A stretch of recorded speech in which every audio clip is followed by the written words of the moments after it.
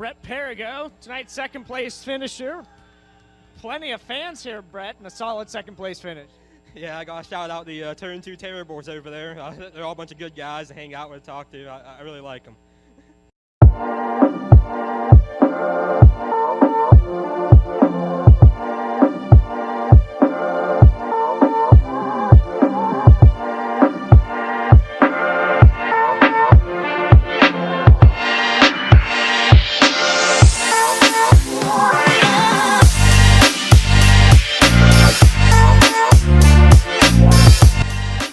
How are you doing tonight, man?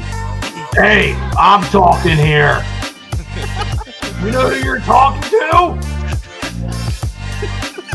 Macho Man! I'm on my way to Monday Night Raw.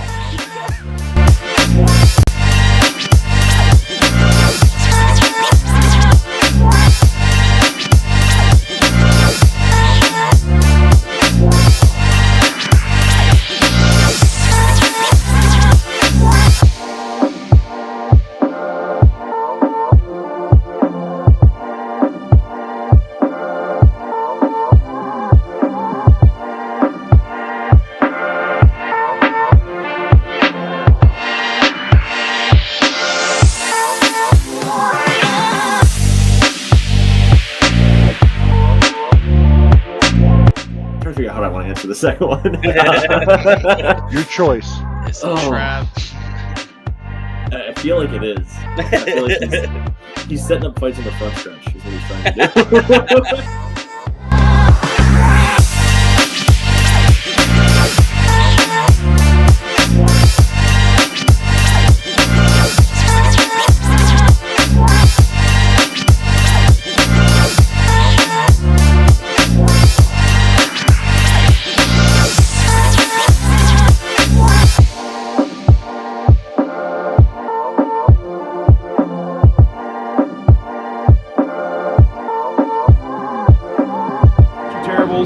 Port Royal Speedway. Got Devin Bourne with us. At Keen Motorsports Shop here with Kyle Keen.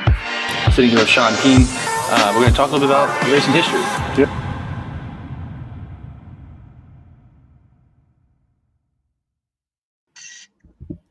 What's going on? Turn 2 Terribles. I am Jimmy here with Jay-Z and Chris. It is Monday, August 7th. We have a beautiful Monday night planned for tonight. We got Kody Lehman, who grabbed his first 410 victory at Port Royal on Saturday night. He's going to be joining us here in just a few minutes. We're also going to recap everything else that happened from this past week. We'll talk about Outlaws I-55, of course, PA, Williams Grove, Lincoln, Port Royal. And then we'll also preview the Knoxville Nationals that are coming up this week. Lots to talk about there. So we'll jump right into it, guys. How are you guys doing? Good, man. Good. Also have Front Row Challenge on the phone here beside us. So join in, comment. If you see something crazy happening and we're not talking about it, let us know. We'll sort of live chat that as well. But man, excited to be here. Can't wait to talk to Kody. It's gonna be a fun show. Yeah, for sure. Yeah, as always, please like, comment, subscribe. If you like what you're watching, please, do that. That helps us out. Also comment, put your questions in for Kody, for us, for whoever in the chat. Put your comments in the chat. We'll talk about it. Helps us, keep the conversation moving. We like to hear all different types of points of view. We want to hear your questions. So make sure you put them in the chat. And yeah. So I guess without further ado, let's bring on the man himself, Saturday's feature winner at Port Royal, Kody Lehman. Cody, thanks for joining us. Hey, thanks guys for having me. I appreciate it. What's going on, man? Thanks for taking some time here. I'm sure you got a lot of things going on in shop and getting ready for another. Well, actually, are you racing this weekend anywhere? Or are you taking the week off? No, I'm taking this weekend off. I got my cousin's getting married on Saturday, so it was. We might have went up to Clinton County if she wasn't getting married, but I got prior commitments to that. So, yeah. So I mean, if they're going to pick a weekend to get married, at least it's one that Port Royal's not running. So you made out well there. Yeah, I usually don't make out so well in those. So first, what we like to do a lot of times when we have someone new to the show that we're not hugely familiar with, and even sometimes when we are, we kind of like to get a little bit of background, kind of your family history in racing, if there is any, kind of where you got started and how you got to where you're at today. Oh, well, I don't know where to start. So, a lot of my family's been involved in racing, like at Silver Springs. I had family, Donnie Beaver from Silver Springs, Craig Morrow. A lot of my family is involved with helping them. They're all family. So it started there. My dad would help out on their car. My dad would ran go-karts himself here and there.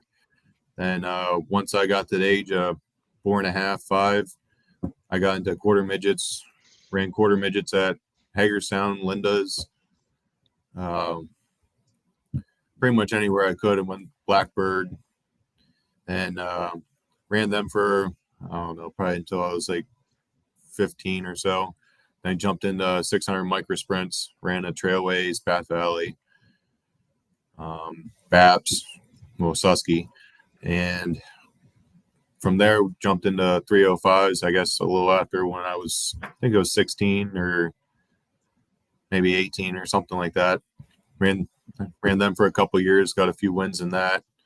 Transitioned over to 358s and ran a couple of 360s, and I think I did that for like 3 years. Then transitioned into 410, and that's where I've been for I think 6 or 7 years now. So 358, when you ran that, where did you typically run that?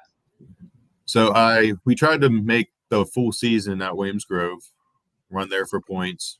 Then towards the end of the season, we would go to Lincoln, trying just to fill in the races until our motor needs rebuilt at the end of the year. So we were kind of just back and forth in between there.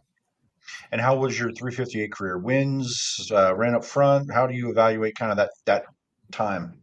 I feel like it was pretty successful for the short amount of time I was in it. My first year I ran for points at Williams Grove. I think we got third in points my rookie year. So I was pretty happy with that. Then the second year, I just had some bad luck plague me, so I couldn't really run for points. But we ended up getting a win at Williams Grove and a win at Lincoln. So then shortly after my win at Lincoln, just in a pretty bad wreck at Lincoln, fractured my back. And that set me out for the rest of the season. I think that was around August or something. So my year was pretty much done after that. So we just kind of regrouped and decided we want to try running 410s. So that's when we transitioned over to that. And in your 410 career, you've mainly been Port Royal. I've seen you at other places here and there, but I wasn't regular at Port Royal until really last year. So like, shame on me for not really knowing a little bit of that history and kind of, if it's been 6 years. How many other times have you ventured out? I've seen you at Williams Grove this year already. But in that 6 years, how many times have you run other places? I know I can't remember what year it was, but we tried to run every single race at Williams Grove, and we kind of scaled back at Port. So we tried to run like most of the big shows because we were struggling at Port the year before, and we just decided we need a year of change. Just it's closer to our shop, so it's like 20 minutes from our shop. So I figured we'll just try and do that, and just try to hit up Port every now and again. But I would say probably maybe a handful of times we went to Baps, and we haven't really run the Grove so much in the past couple of years. I just felt like this year we need to start venturing out a little bit more, just get away from Port Royal. I mean, I love Port Royal. We try to be there every week, but just need more seat time at different tracks so you can kind of keep up with some of the drivers. I run 2 nights a week. Yeah, I'd imagine that's difficult at that level, right? When you're running in Central PA, it's hard to begin with, but if you're not getting the laps, and especially new tire changes this year, right? So I think Yes. I think with the changes this year, that those laps matter, but at the cost of wear and tear on your equipment and all those other things. So how do you balance that where in a year where you feel like you need to get out and you want to get more laps, but you also have to manage your equipment and time. And I'd assume you're running at Port for points because you're there every week. So like how have you balanced that with your team? Uh, it's very frustrating as it is because I want to race as much as I can, every race I can, and there's so many races in in PA that tracks this. It's just crazy how many races they pack in, but it's just I pretty much this year I set a schedule and I said, well, I want to try to get through 2 motor rebuilds, and well, obviously that wasn't happening because of all the rainouts and everything. So I'm still on my first rebuild, and we're probably maybe get through half of that next rebuild by that time I'm done for this year. So I just give them a schedule and try to make it as easy on us as we can make it, and try not to overdo our means, and because the whole crew, everybody works for a living. So we got to come into consideration on Sunday races if we want to go to Sealands Grove, because that's about an hour haul from our shop to there. So we got to put that into consideration. And there's just a lot of factors into it. And I wouldn't say, I try to, like, if we go to Grove, I'll try to pick out the races that are at least $500 to start, like the Yellow Breeches races, kind of make it worth our while to go there. And if we start towards the back, we can run our used tires. We don't have to bolt new ones on. So you're saving like $700 now. So it's just, we can maybe try to make a little bit of money if we can run our used stuff, maybe gain some laps, just try some different setups, and just do what we can when we can, and just try not to overdo it. Do you feel like that you're getting those laps has helped you? Or not? I mean, I don't know. How do you feel about it as you enter the beginning of August? I feel like it has helped me, actually. I feel like if I can race 2 nights a week, I feel like I'm a lot more like mentally there, and it makes it everything kind of slows down a little bit in the car, because you're not running one race, then you're off for a whole week. Like if I run the Grove on Friday, I'm a little bit more mentally there on Saturday. Like I'm quicker with things. So it just kind of gets everything moving for me, and it just makes everything a lot easier, a lot smoother if we don't have any like wrecks or anything like that. So, and I saw you at BAPS earlier this year, and like you said, it was obviously on your schedule. Do you like BAPS? Does it fit your style? What are your thoughts on BAPS these days? I don't mind it. It's just we just gotta watch our races on our motors and stuff like that. So we try to just maintain that port. But I don't mind BAPS. It's a different kind of track. Like the dirt's different, everything's different about it. Like it's got they call it Dover red clay. So it's like it's very dirty. Like everything the whole car turns red in that. Can confirm it is dirty. Yeah, cars and people turn red. Yeah. And it is different. Like I've been thinking about that recently, that it's unique in its own way about its shape, the way it's, it shelves off, and off of 2, it shelves off on exit, but 3 and 4, it shelves off like in the middle, on the very top. So it's not only, I think, technical and unique. There's a wall on the inside in 1 and 2, and there's not one in 3 and 4. Mm-hmm. You got all these different factors, and then you have a completely different surface makeup than we have at our normal big 3. I think it's you have some consistencies with Lincoln, Williams Grove, and Port, some with the makeup of the clay. Mm-hmm. Then you throw BAPS in there, and everybody talks about dusty and this and that. Well, it's just different dirt. It's not like it's like it's a very heavy dust. Mm-hmm. Right, you can't compare it to the same way. So, super interesting. So let's get into Saturday a little bit, and there was a lot going on. It was chaotic. Like at the end of the day, like I watched the broadcast back today a little bit because I wanted to see a few things. There was a few things that I wanted to see, and then there was a few more things I caught, and I'm like, holy shit, I didn't see that standing in turn 2. Yeah. I didn't catch that. So it was pretty wild. So kind of walk me through your night from that surface, the way it started, because it looked pretty heavy to me to begin, and then it didn't, and then it did a little bit. So tell me like, was it different for you on Saturday, or was it just me thinking about it? It was a little different. I mean, it wasn't typical Port Royal. I mean, heat races were, I mean, it was a little heavier per se in the heat races. Like 3 and 4, the cushion was down a little further than what it normally is. I mean, there's still a cushion for normal heat races up there, but it was down a little further. And 1 and 2 was kind of going away, but there was still something that you can lean on. So it was, the heat races were wide open. So as soon as you could, when I got in clean air, it was just holding it down and just steering and trying not to hit any slick spots or anything, and just trying to keep the right rear in the cushion. And like, it was weird because they didn't run in the track like we were talking about earlier for the feature. So it kind of caught us off guard a little bit.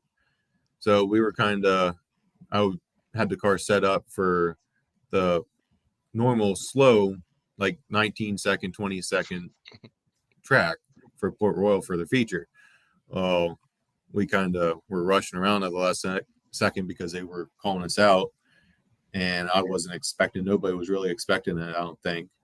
So it caught us all off guard a little bit, but the track did go away a lot quicker than what I thought it would have, especially in 3 and 4. 1 and 2 blew off pretty much normal like it always does, but 3 and 4 moved up a lot quicker than I thought it would be. So What, and forgive me for this, I've gotten to learn Lincoln's format so well over the years that I've never really paid attention to a normal weekly format at Port for you guys. After your heat, how do they line you guys up for the feature? Is it handicapped by points by appearance, or how do they do that? I can never remember which one it is.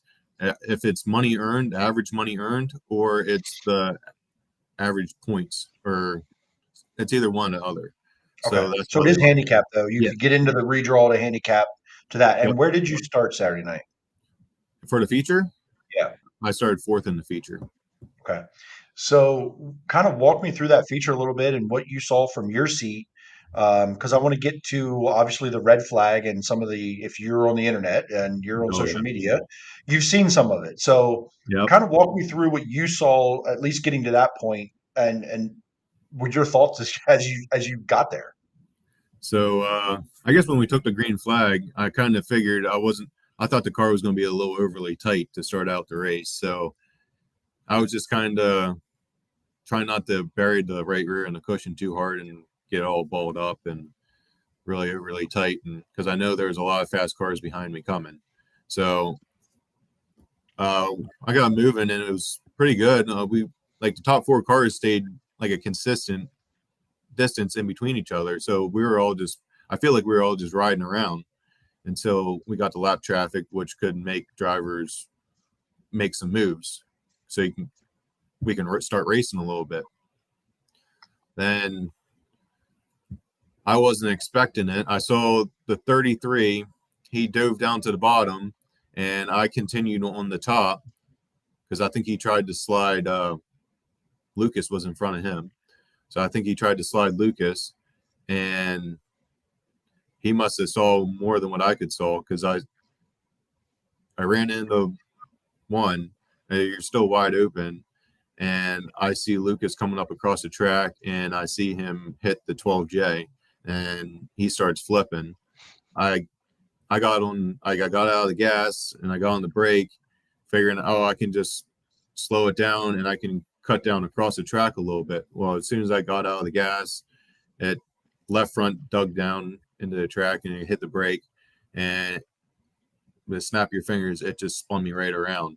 And I was on the brake hard and it just kept on rolling backwards. So I was holding on to the steering wheel as I'm rolling backwards. My eyes are closed. I was preparing for impact, like either the wall or I'm going to be backing into the cars. And I just happened to open up my eyes and I'm still rolling. And I was like, I was not expecting to pass them. Yeah. Somehow Mater was wrong. This is the best backwards driver in America. I guess. I'll take it. I mean, he doesn't even need mirrors. No, I was just trying to hold the steering wheel straight, and I'm like, I was waiting for something to happen. I was waiting for a crunch. No, And I opened up my eyes, and I was still rolling a little bit. So I turned the wheels and straightened the car out, and I don't even know. How it honestly, happened. we need a better. I saw the replay of it. I wish there was another angle because it was the slickest thing ever. It looks like you skirt through the wall, the crash, and you just kind of like drive through it backwards, like, and you go out of frame. I just want to see you like do it like a James Bond 180 and just drive away. Would be cherry on top, but like it's just so Don't cool. ask me to do it again because Nice. it's probably the luckiest I've ever been. I'd rather you not do that again. Yeah, please don't do that again. I think because it doesn't work that way very often. As No. Kody Peters has pointed out, I don't Yeah. think you could do it again that way. Yeah. At least no. not as majestically as you did it that You time. didn't plan it Yeah. the first time, so even if you tried to plan it the second time, it ain't gonna work. So, so obviously, then you know the race goes on, and we'll get to the rest of it. But social media is now fired up about you getting your spot. What did you think sitting in the cockpit, regardless of what's right or wrong here? Because at the end of the day, they made the call, and the call is what stands. What Mhm. did you think was going to happen once you fired back off, or did they call a lineup before you fired off and they put you in line? They so I was sitting there in the car, and I straightened out. I'm thinking to myself, I really hope that they put me back in my position because I spun out to pretty much avoid hitting them. But it is what it is. If I would, I'll do what I'm told. I mean, I might not like it. If they told me to go to the rear, I might not like it, but that's what you're told to do. Either that or they're going to black flag you and tell you to get off the track. So I'm sitting there, and the first thing that they said over the radio, 47K, you will get your spot back. Then they started reading off the lineup. I was like, okay, I'm really relieved. Like I was expecting to go to the rear, honestly. Yeah, you know, and I think this has become a thing this year. I think it probably happens here and there every year on social media. And you know, the main post that I saw first was a former driver that really chimed in and said, "Port Royal, what's up? Like, why would this guy get his spot back?" In the moment, I didn't watch any of this until I'm literally like this afternoon. I didn't go back and watch the replay. In the heat of the moment, I was standing like front stretch, looked over and kind of saw it. Didn't see what you did. Didn't see what happened. And obviously, you got your spot back, but I didn't see any of that. Right. So on TV, I think it was a little different view. People had time to like maybe evaluate. So as I went back and watched that today, whether you went through past the accident, forward or backward, you went through it. Yeah. Just like I saw 1, 2, 3, 4 other cars roll forward through it. What's the difference? They slowed down and avoided it, so they got their spot. You slowed down and avoided it, forward or backwards. Yeah. You avoided Trying it. So or not, like it worked. you get your spot back. So, and then somebody chimed in and go, well, if Lucas could have got repairs, he could have got his spot back. No, he tried to avoid it, didn't, and crashed. He was in the wreck. That's literally called involved in the accident. He was the red flag. He was the red flag, you know? And the internet does internet type things at that moment. So that was really dumb, but terrible, like trying to make sense of it for people. So after I watched it, I'm like, why wouldn't he get his spot back? Like, honestly, I don't know why there's drama about it because forward or backward, you weren't involved in the accident. Yeah. And I didn't hit anything. I didn't touch anybody. Didn't hit a thing. So now if I would maybe hit him or ran into him or hit something, I would have been involved then. Totally makes sense, right? And then if they give you your spot back and you get it, then you just feel like you got lucky and hide and don't do it. Don't talk about it, right? Yep. But that wasn't the case. So, do you got either Jimmy or Chris any more on that? I was just going to say I'm not overly familiar with the written rules, but I'm guessing it's that exact point. Did you make contact or did you avoid it? Kody avoids it, rolls through it, whatever. I mean, skill, luck, whatever. You didn't hit anything, okay? You came out the other side of it. Yeah. So Jeremy's point, same exact thing to me. And here's the wild part about it. And again, I'm not going to compare what you did and what happened to you to someone else, but you went through it immediately, backwards, rolled past it, stopped, turned around, stopped. I saw the 17B roll past this at a slow speed up against the wall 5 seconds after the red flag was out. Mm-hmm. Like, is that like, I'm not comparing it, but at the same time, I'm thinking he probably had a lot of time to stop. Yeah. He's roll through past all of it and stopped afterward. Not that yours was any different, but why would you not get your spot back for avoiding making it worse? I think Kody was spot on. He mentioned he let off the gas, hit the brake to avoid it. Car snaps around.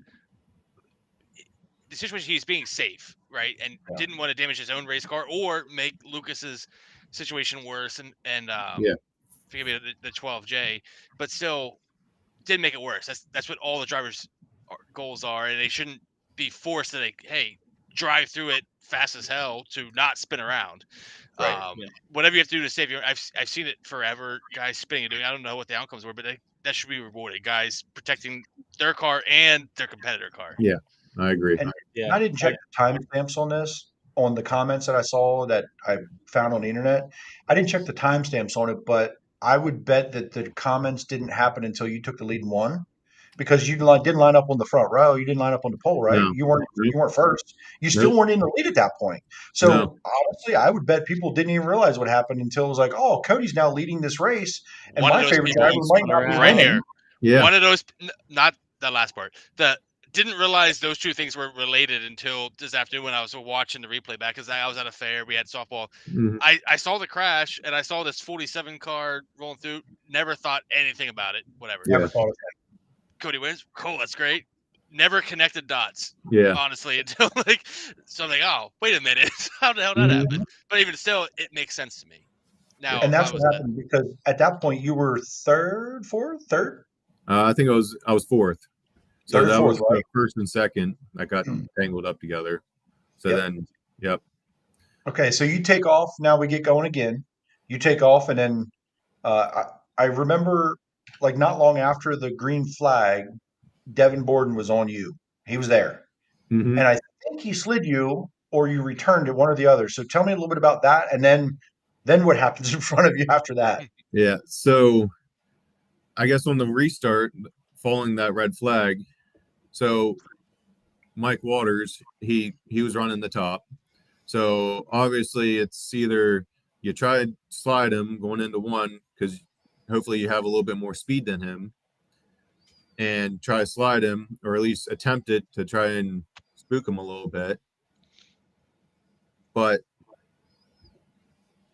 like, it's, if when you do that and you're coming off a 2, like, you don't have any speed when you're sliding, and then you check up because you know he's going to be there. So you got, it's a kind of common courtesy just to give him room. Yep.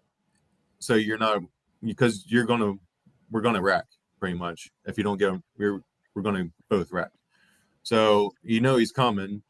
Just common courtesy to, you hear him right there. So we're going down the backstretch. I don't have any speed going down the backstretch because I wasted all my speed getting through 1 and 2, and I was just a sitting duck coming off of 2. So going down the backstretch, I didn't have any speed going into 3, and trying to enter in up on the cushion, and it was already pretty up across the track on the wall. And Borden had his team coming down the backstretch, so he had to run. It was just like one of those deals where if he caught me off my guard by doing a slide job, and he just times it just right where I have to pretty much stall the car out so I don't hit him. But luckily he did a slider a little farther in front of me, so I had enough time to cross it over and be able to bring it down across the track and drag race him down the front stretch. Then after that, I think once I got up on top, he lost his speed because I think he got into a wall then. I think he had something going on with his right rear tire or something. Must have been going down. He banged the wall into pretty hard. I saw him at one point. I'm like, ooh, he hit that really hard. And then I think Halligan's deal happened about a lap or 2 later, and then I heard he pulled in. I'm like, well, that doesn't surprise me because he hit it pretty good. He dropped anchor pretty hard, too. He was losing the bottom right after that, And it was probably the move. You getting back in front of him probably was what turned out, to me, looking at it now, won you the race. Yeah, you didn't know it at the time or the moment, but at the time, I'm looking at that going, Devin Borden and Port Royal sliding anyone, and you getting back in front of him, and the way it all worked out, boom, another car to the back. Yeah. Then you go into 3, and what do you see? Oh, it's Mike Walters ended up blowing a tire a couple. Like it was once he blew his tire, his left rear tire. Then it was stuck in the back of my mind after that because I was getting down hard on my left rear tire. We were doing the same thing. Yeah, we were both running hard, wide open, and his car was acting pretty close to what mine was, and we were down hard on the left rear getting into 3. So it was in the back of my mind that, oh no, I might be me next. Yeah. So, but luckily that didn't happen. So that I got lucky with that one too. So it's. So when Earl Hoon's saying with like 2 laps to go, obviously you can't hear it in the car, but he's like, hey, he hears every noise. You're already. I do think my left rear tire is going to explode here at any minute. Yeah, I got to keep on running as hard as I can. Right, to keep the lead, and I can't make any mistakes. But I got like that's in the back of my head, like that. It's just it all kind of runs through your head, like what could happen. How close were you to Jeff when his incident happened? I think I was leading by that time, so it was after Mike. Oh, that's right. It was behind. He was leading. I was thinking it was Walter and Halligan. It looked like Kody was middle of 3 and 4 as Halligan went into 3, something like that. Yeah, it was close to that because he tried to slide me on the restart. Then they said he blew a right rear in 3 and 4. Yeah, and so I didn't even know that was him really until somebody said over the radio or something that I think when they brought us around for an open red, they told me that Halligan took a bad flip over the wall. So I didn't really know that. I had the timeline wrong in my head there. So you assumed the lead when Mike Walters' tire went down. Yes. So under the red, you have how many to go? 3. Yeah. 3 to go. Do you make changes? We made a slight change. Yeah. Okay. Right. And how much did you look at your left rear tire? I did. I try not to even look at it. Don't want to think about it. I don't want to see the course. That's one more thing I got to think about. I was having to think about what I wanted to do to the car under that red flag, and without trying to overdo it, and screw us up for the next 3 laps.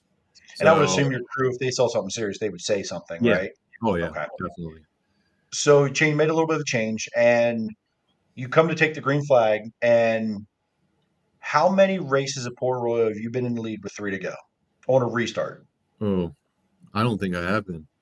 Great. So how the hell do you know what you want to do with 3 to go on that restart? When do you go? How do you go? Do you want to angle? Do you want to run the top? Do you want to come down the track? How do you formulate that in your mind as you're rolling around there? I was just thinking because I watch a lot of like in-car videos, and I watch everybody like a lot of other races, and I watch the leaders, and they always do like a kind of like they try to slide themselves, do like a slider on themselves pretty much into 1. So to kind of protect from the drivers running second.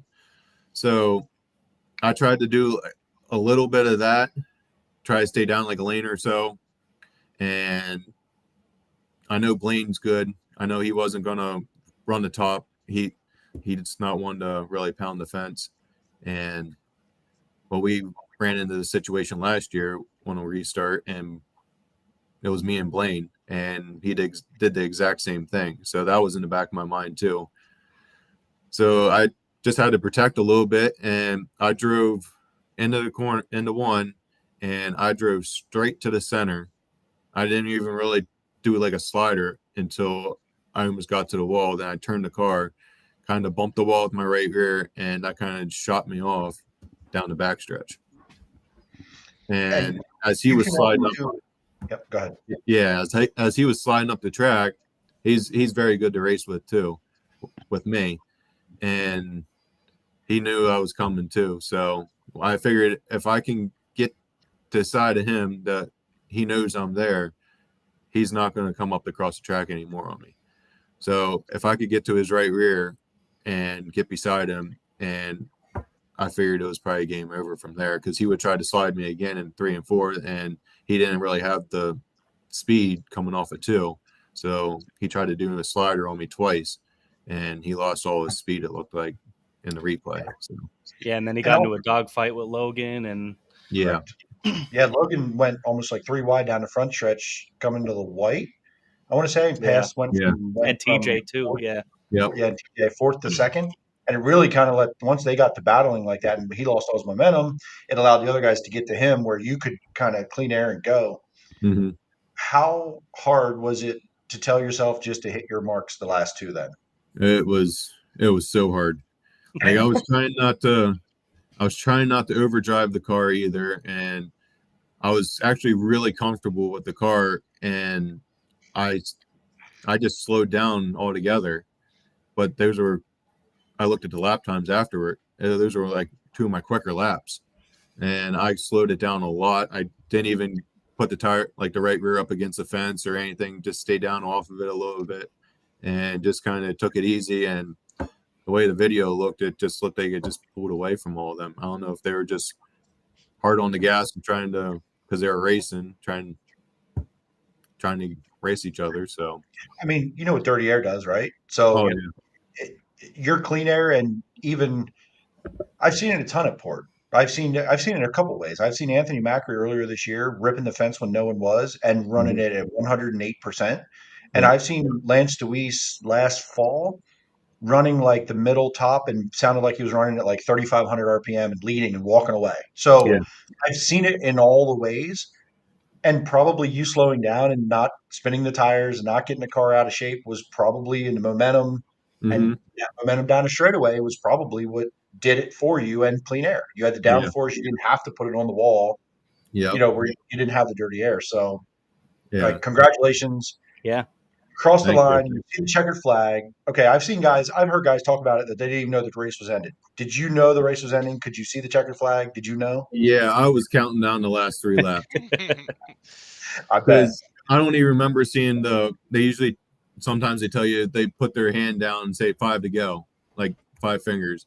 And I don't even remember seeing that. I'm like, this is the longest freaking race of my life.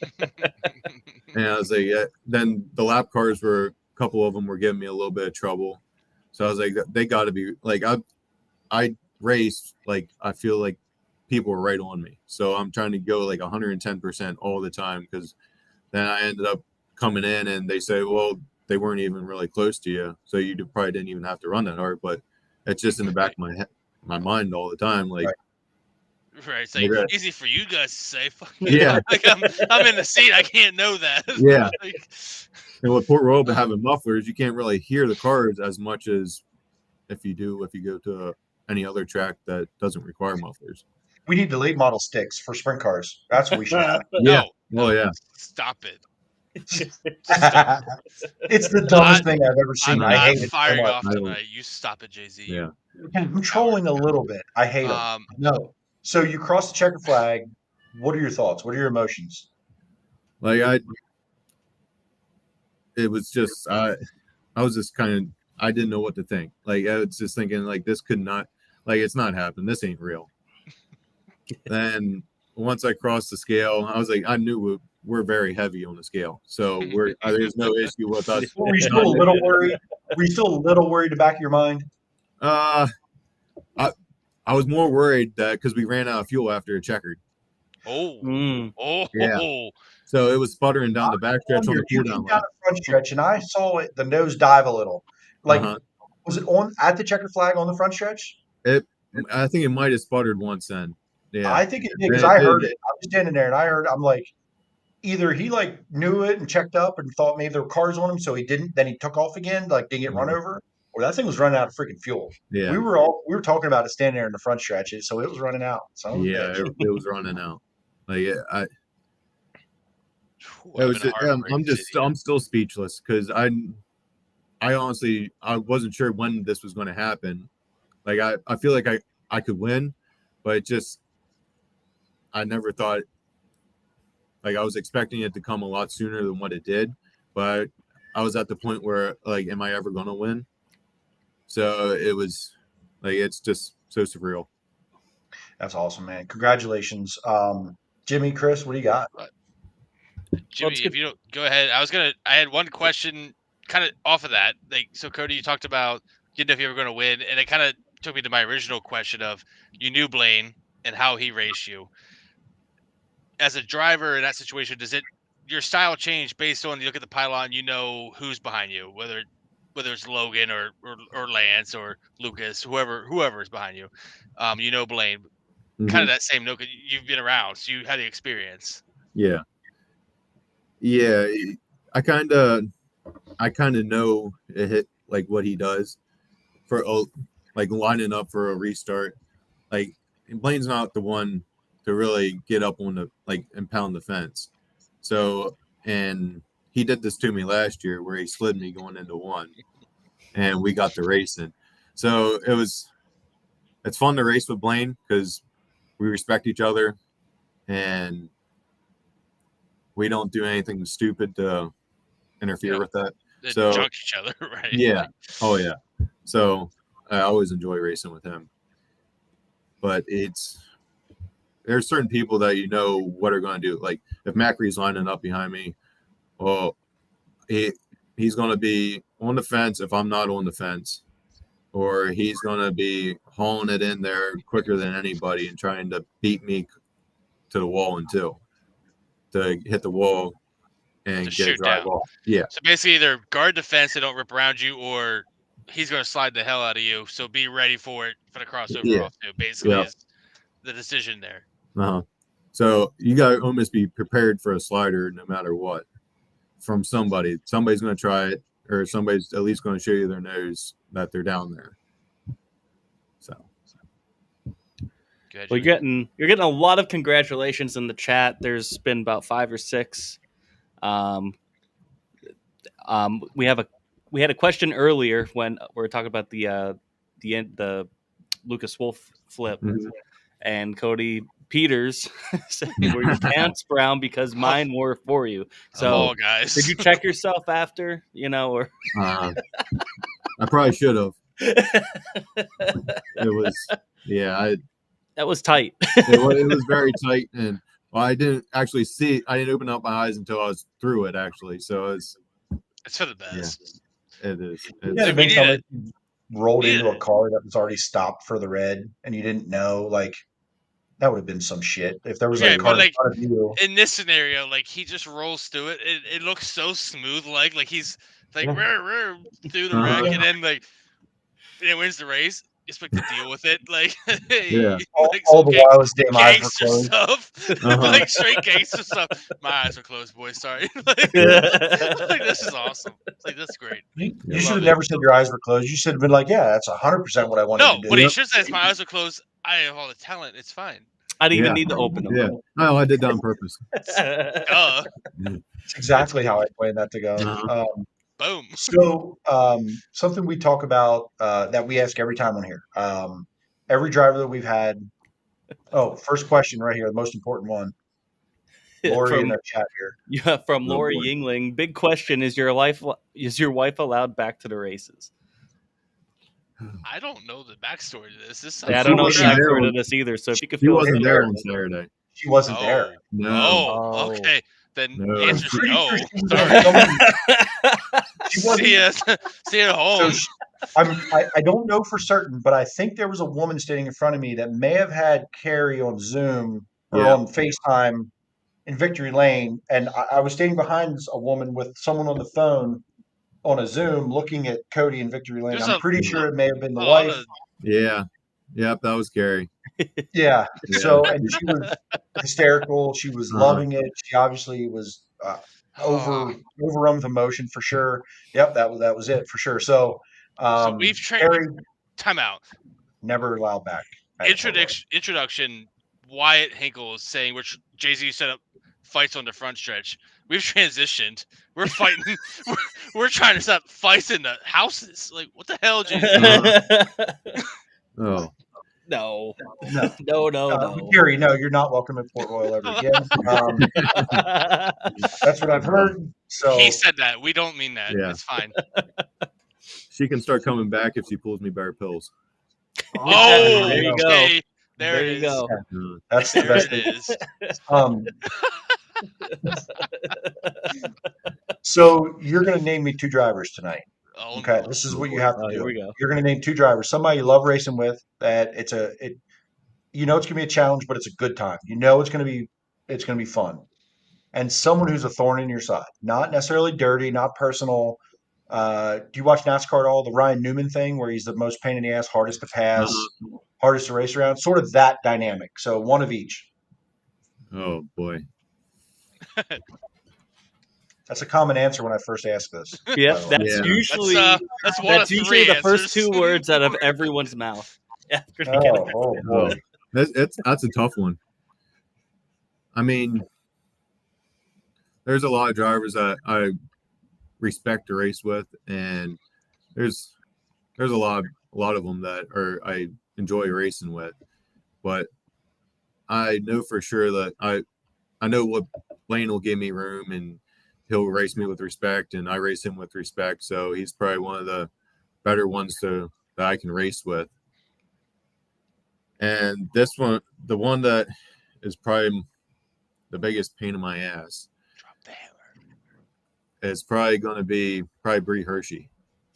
Oh, No shit. Unexpected. Yeah. yeah, that's Haven't heard very that one yet. unexpected. Haven't heard Yeah. that one yet. That's Yeah. awesome. I'm interested. Any reason why? No. Good enough. Okay. All right, we're good. We We're go back good. for a while. We ran quarter midgets and micros and 358s, Okay. and we've run together all through No, the ranks. You guys get By along. the way- Jimmy and I do. I hate him. He hates me. Yeah. We're good. Total side note, Bree Hershey's car that's been out like 1.5 times this year. Yeah. Super cool looking with a carbon fiber body, by the way. Mhm. Like that whole scheme that they put together this year, or maybe that was last year. I think it's this year. Super cool looking car. Like afraid to get it on the track because it shouldn't be dirty. But anyway, Okay. Well, Yeah. enough Bree Um, Hershey hate. I'm best friends with one of her elementary school teachers, apparently. So it's fine. Okay. Full circle, buddy. That's weird. super That's a weird, random. that's a weird. Bree I talked to him. Hershey He goes, "You know, this carbon- driver, she drives sprint cars, and it's Bree Hershey drives 97." I'm like, yeah, I've seen her out there. He goes, I taught her in like 3rd grade. I'm like, crazy. Like, okay, That's your claim to fame as a teacher. I teach Bree Hershey. All right. Anyway, yeah, it's north of Jimmy, we or expect. no, Chris. Chris always has this question. So Kody, you got your first win. If you, in your opinion, what would be your most sought after win? If you had to pick one race you could win in the sprint car, what would it be? Anywhere in a sprint car. Oh man, there's so many big ones to really choose from. I mean, Knoxville's up there. That'd be a huge one to win at. I mean, I could just name like all the big ones, really. I mean, But personally, to you, which one? I mean, probably since I race Port Royal every week, probably the Tuscarora 50. That's a good one. Yeah. You baited him into Chris that, Jimmy. Chris is always You baited him into that. I didn't bait him in anything. Chris is always throwing the bait out. He's a big Williams Grove stan, and he loves when people say the National Open. I knew it He was. wants I to believe knew. it's still I a Triple Crown race. I He knew wants to he was believe gonna it's say the special, Tuscarora you know. 50 because that's the second right answer, and it's okay. But All no, right, cool. Tuscarora 50 is a great one because Yeah, that, that's definitely that the one. event's big enough. Do It's more than love that just event. money too. You Yeah. know what I mean? It's Love a that it's a event. huge week up there, and I can't wait. yeah, Love Port I Royal. can't Love wait. Tuscarora It's coming up 50. soon too. Yep. You got a When you lot of win big it- Port Royal races Hey, left. So JZ, you already made 2 promises for shoeies for Tuscarora 50. Do you want to make a third one? For the Tuscarora 50, I did. Were you not here in case Kyle Spence Oh yeah. wins? Oh, Oh yeah. damn it! So I forgot about Kody, it. if you were to win Tuscarora 50, I'm pretty sure JZ is going to do a shoey in victory lane for you. Oh, okay. My guy, you win the Tuscarora 50. There it I is. will do a shoey in victory lane, but the damn shoe that's on my foot, I've been walking Oh, around wow. all night. That's the I'm third gonna If one I up- one. win, I'm gonna I'll do one a up shoe on- Oh, in my no. racing shoe. I will Oh, not just Cody, but any past guest that we've had on the show wins the Tuscarora 50. I will do a shoey. Hold on. We've had quite a bit. We've had a lot of Port Royal Wait, guys who's on. been on here? Hold on. We had Halligan. We've now, had Kody, Mike Walter. Mike Walter. we're going to timestamp this because the last time Jimmy said he was going to do one when I came back, and he didn't. So we got to make sure he owns up to this one because I never said it on the broadcast. But this one is on air. This Jimmy's one's doing on a air. shoey in victory Mark it lane. down. So Kody, when you land Tuscarora 50, you're going to see double shoeys from these 2 idiots. Yes. There we go. We don't have to do it because they didn't say that, so Uh-huh. we're good. We can Somebody has film to them do doing You that. might have to get this written down somewhere too. Have them Oh, sign it. it's on air, as he said. We're good.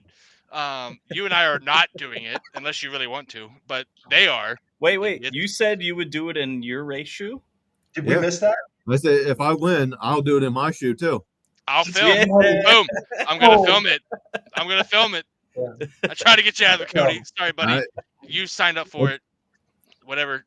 In this case, if I win that, I mean, it's 55 grand. That's the biggest race that I'll probably ever win. So I mean, you got to do it. You're right. Okay. Well, you only live once. All right. Well, y'all are in. They're in. I'm in.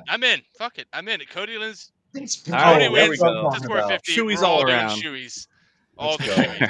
Out of his race shoe, apparently. Jimmy, close us out. We'll get him out of here. Before we get into like your sponsors and everything, what are your plans for the rest of the year? I mean, and maybe beyond. I mean, I know it's kind of hard to tell, but like, what are some of your goals and aspirations, and just kind of your overall plan for the rest of the season? For the rest of the year, we're just going to hit all of the rest of the races at Port Royal. Pretty much all of them seems like big ones right now. So we're going to hit all of them. We're going to hit a show at the Grove once or twice. Maybe hit Sealands Grove the day before the Labor Day race, depending on how everything goes. That'll be 3 days in a row for us. So we'll have to see how that Saturday goes first, and Tuscarora 50 weekend and Outlaws at Port. Yep. Then I think we're going to try to do the Sealands Grove National Open. Nice. Yeah. Then whenever the last race is at Port, then we'll probably sit down and talk about if we want to do BAPS or call it a year. So usually by that time we're ready. We're probably all worn out. So there's a lot of races in a short amount of time. So, and we'll just prepare for next year. Next year we'll probably just do the same thing where this Port Royal on a weekly basis, probably similar to schedule this year. Try to hit some of the bigger shows at Lincoln, or not Lincoln, the Grove, and probably Sealands Grove a little bit. And it's just, we go race by race, really. I mean, if we want to run Sealands Grove, we'll go up to Sealands Grove too. If that allows us, so we get some rainouts in, we'll be able to race more. Well, it's Pennsylvania, so that's likely. Yeah. Turns out it's all it does around here is rain. Yeah. Which is a weird dynamic, because a lot of us have kind of jumped on this thing of like we race too much, but we all bitch about all the rainouts. So yeah, here we are, right? We're in that central PA. This weekend's weather. This weekend's weather is beautiful, and there's no big races. Yeah. Like, son of a bitch! I saw. Isn't Lincoln racing? Yeah, that's they're racing, but not 410. Not 410. Okay. Yeah, I think they have 5s and some other things. Okay, and not Sealands Grove. Clinton County's racing. Clinton too, County's running. Yeah, right. Big Diamond in Clinton County, and then not related to 410s, but then there's this extreme midget outlaw shits in PA this week, all week. Yeah, so I forgot about that. They're at PAP on Friday, aren't they? They are at PAP on Friday. So there's a guy going there. I'm gonna it's Friday or Saturday? Friday. I think it's Friday. By the way, I will say this: as a new photographer, it's my second year. You have some of the best looking race cars last year and this year. Thank you.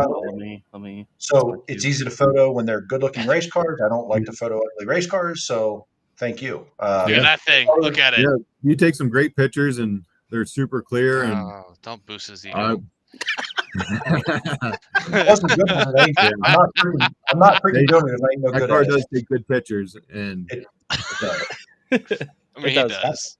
I love that picture. it does. That's a great picture. It leaned like that. The tire, you're awful fair there in time trial. So no, listen. White race cars look good, and then you have some of the neon and the blue. It photos well. And Chris, kiss my ass. If I wasn't good at it, I ain't doing it. I don't go out there to do it halfway, bud. Yeah. Oh, so, I know, but I gotta give thank you, Jimmy. Go ahead and finish up, man. We'll get him out of here. Yeah. So you want to give a shout out to all the sponsors and all the people that help you to get to the track every week? Yeah, sure. All my sponsors, Chet's Trunks, RV 4-Wheel Drive, Bruner Service Center, Bruce's Speed Shop, Suitcase Jake. My dad it's just me and him that are all the money guys on the car. I get a lot of help from a lot of my family and my grandparents. The car is just a family run car. So when we're struggling or something, they all chip in and help. So there's so much help that the family does for the race, just to see me race, and it's awesome. Like, I couldn't thank them more than what I can, and it's great. So, and Eric's tin shop, he helps me out too. I heard that. What's the suitcase Jake's on the front wing? I've wondered that myself, and I saw Jake congratulating you really quickly on social media. Mhm. Jake, is this Jake with Danny Dietrich, or is Yep. this a different Jake? Yep, that's Jake. Yep, Dandy switch Jake. So he helps you out a little bit, some form of fashion. Okay. Yep. Awesome. Yeah, we've been friends for a long time, probably since high school, and we've been pretty close throughout the years. And yeah, he helps me out when he can. He works at Bruner Service Center, so he does a lot they help me out a lot too. So it's just a combination of those two. That's badass. Awesome, man. Yeah. Hey, thank you for your time. Yeah, thank you. Congratulations. Again. If you win, you're going to come back on sometime. Yeah. We'll have you back on, and we'll chat a little bit more about racing in general, because there's so much to talk about. Yeah. More than just your career and racing in general, and get your thoughts on some shit. And thank you guys for having me. I really appreciate it. Yeah, it's for a sure. great podcast. Love to have you, and can confirm Tuscarora 50. When you win the 50, we'll be doing shoeys. Well, before then, we'll also be in the camping area. You come say Yeah. hi. We're looking at trying to maybe do some live stuff during Tuscarora week. We don't even care about that. We could have you just come stop say by. hi. Yeah, sure. Stop by anytime you want. Awesome. Yeah, thanks again, guys. I appreciate it. All right, man. Take care. Thanks, Good night, Kody. buddy. Thanks, Kody. Kody Lehman, everyone. That was a lot of fun. Congratulations to him. It's always cool to hear a nice family team like that's been working and grinding at it for a while. You know, it makes a win like that on Saturday night that much sweeter to watch. Really fun to watch. So thanks everybody in the chat there's a lot of congratulations in the chat. There's probably like about a dozen people at least that were showing their congratulations. I think it's not unknown that we cheer for the little guy or the guy that's doing it his way or with the partner's way within the thing, right? And I think our fans respect that, right? Like we love seeing guys like Kody, and not just Kody Lehman, like Cody Hartlob and Jordan Givler. Those guys are just grinding it out their own way. It's really cool to see. We love it. For sure. And they're the ones that keep the sport going. Yes. We can talk about the big dollars and the big sponsorships. And when you talk about Central PA, there's not that many teams with a lot of money in funding. I know the outside world might freaking think that. But at the end of the day, there's very, very – what's that? Earl did say that the whole field was multi-million teams. Yeah. But that's true or not, doesn't matter. There's a lot of talent there. Right? Yeah. Like Kody beat a lot of talented drivers. Mike Walters, good friend of the show. Love those guys.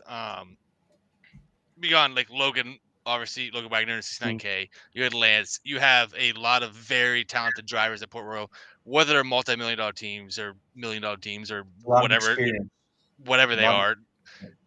Talented drivers, and that was a strong field that Kody beat, and that should be applauded. It's not easy to win at Port these days, especially doing it his way. And I'm not talking going backwards through the crash, whatever. Just doing it his way with his team. And it's one thing to get the lead; it's another one to hold it through all those circumstances and be fast. And he was pulling away at the end. I mean, I know that they were battling behind him, but like we talk about Blaine Heimbach, us in our little cluster, we know Blaine Heimbach and how good he is at Sealands Grove, and we remember back 12 years ago when Blaine Heimbach was a contender weekly at Port, Sealands Grove, and places. Outside of little circle, outside of that circle, guys don't top 10 contender. Right, we do. Yeah. Outside this nucleus, guys don't recognize Blaine. That 12 car hasn't changed colors in my memory, right? Yeah, don't you talk about changing it? It's beautiful. I'm not saying it needs to change. I'm saying it's but the you best bringing part up of it. It hasn't changed in 12 years is a problem.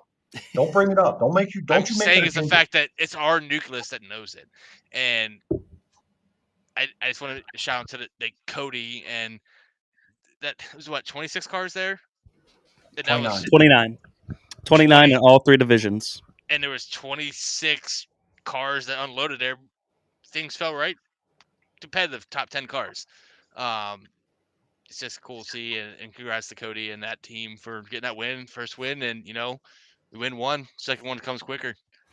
I guess just before we get into the rest of stuff, we might as well just kind of wrap up the rest of Port Royal, what we saw. Want to give a quick shout out to Brett Strickler. There it is. Yeah, Andrew May. I was super bummed. I was really excited to see him, and he was running really well in his heat race. He's running third. He looked really fast. And then I guess something went amiss in the motor, and he had to pull off. Luckily, it sounds like he caught it before there was anything made like super major, that would happen. But we'll know tomorrow. But it's not looking better, any better by the minute here. So found some metal shavings in the oil pan. May not be as good as we hoped initially. So well, either way, he had to pull off. We're crossing our fingers. Yeah, we're crossing our fingers, and it was really cool to see him there. That was his first time at Port, I believe, right? I mean, at least definitely in his 410. So, and he looked good. He looked fast, and yeah, it was kind of a bummer to see that. But it's cool to see some guys, some different cars. It's one thing that I've really noticed this year is just a lot of like kind of surprises show up at Port Royal. I mean, you kind of always have that at Port Royal, but just a lot of different weekly competitors there and just people coming in out of the blue, which is cool. I enjoy that. Halligan, good thing Halligan is okay. He had a pretty nasty wreck, went out in the one little space in 3 and 4 that there was nothing to hold him in at, but still hit the catch fence on the outside. I think, he kind of like rolled into the pits, I think, but didn't really have to hit the catch fence. But it sounds like he made a post on Twitter, I think, Twitter, and said that he's feeling okay, and hopes to be back out there soon. So bummer for him. It was a scary moment for a little bit because they weren't really saying anything, but it sounds like he's okay. What else? Bummer for Mike Walter. Yeah, I got to be honest, man. Like, I'm super happy for Kody. And at that moment, we weren't looking at Kody as like maybe winning that race where he was sitting at that moment. So, like, it doesn't take away from this at all. But man, was I rooting hard for Mike. And I think he posted after the event that something about sleeping under a ladder and a mirror. And the only thing he forgot was the black cat, I think. Yeah, really. Just shit luck, and had a lot of things go his way to get the lead, and that car was fast and it looked good, carrying tons of speed in his heat race and in the feature to shred a left rear there. Just kind of devastated and heartbroken for them. I was nervous because I heard somebody say something blue, and I'm like, oh no, tell me a motor blew, which would have really sucked, but it was a left rear. Still a bummer either way. That thing, it went from fully a full tire to completely down to the rim, absolutely nothing left in like a split second. It was when I went back and watched the replay, it was one of the wildest tire blows I've seen. And thankfully the car didn't get destroyed. Like, yeah, luckily it didn't do anything. Was that thing was after destroying a left rear that suddenly, and it didn't get upside down, it didn't get in the wall, it didn't do anything. Thankful if there's any good thing out of it, that the car's not destroyed that we know of. So, and look at Wagner, 17th to 2nd. Yeah, it was. It turns out that him and that 69K car are both pretty good at Port. Who knew? Yeah, he struggled. I don't want to say he kind of struggled a little bit in the heat. A little bit. And all right, kind of expected that, first night out there, probably just feeling it out. Very different. He was a man on a mission. Him and Borden in that feature at the end, they were both just on a tear coming through. He never ceases to amaze me how hard he drives a 410 race car, a sprint car. Never ceases to amaze me how goddamn hard he drives a race car. And some nights that's what it needs, and some nights it doesn't work. Right. But he does it. He drives it that hard all the time. And what he's doing? He's selling T-shirts. He comes by or wing panels. Wing panels. or bent up wing panels, one or the other. But either way, like, holy Stacking shit. dollars, buddy. It's not even stacking pennies. He's stacking dollar bills. So He's definitely one of the most fun drivers to watch in the area right now, for sure, because he just when I saw him get that tire and him in the back, I'm like, he's gonna. I said he's gonna rip around like 5 people up on the boards, and that's exactly what he did. Yeah. And yeah, good run for TJ Stutz, good run for Blaine Heimbach. That hit for Lucas, still the crunch in my because I was right there, it happened right in front of me. I still hear it. It was still kind of like, man, it was a hard impact. So luckily he was okay. It sucks for one thing we're not talking about is Tyler Walton in that 12J out of nowhere. Like, who's in the 12J? I didn't know it was Tyler Walton until I saw Tyler Walton get wrecked. And I'm like, wait, who's driving that car? Was it Bill Jones? Yes, Junior, I want to say. Yeah, and I think it made like a feature. He made like came through a B-main and made a feature a couple weeks ago and looked okay. And but I mean, obviously that's not a car we're used to seeing up front. And then like he was in the heat race, and I'm like, okay, this guy checked out. I was like, Bill Jones Jr., like he checked out in the heat and got gone. Good for him. Mm-hmm. That was awesome to see him do that. And then he takes off the feature. I'm like, this fucking guy's ripping. Yeah, and then I heard it was Tyler Walton, and I'm like, no offense, I don't know the driver and the owner of the 12J. I don't know him. I'm not disparaging him in any way, but I was like, something's different here. It turns out it was a different driver. And it shows you what the potential of the car.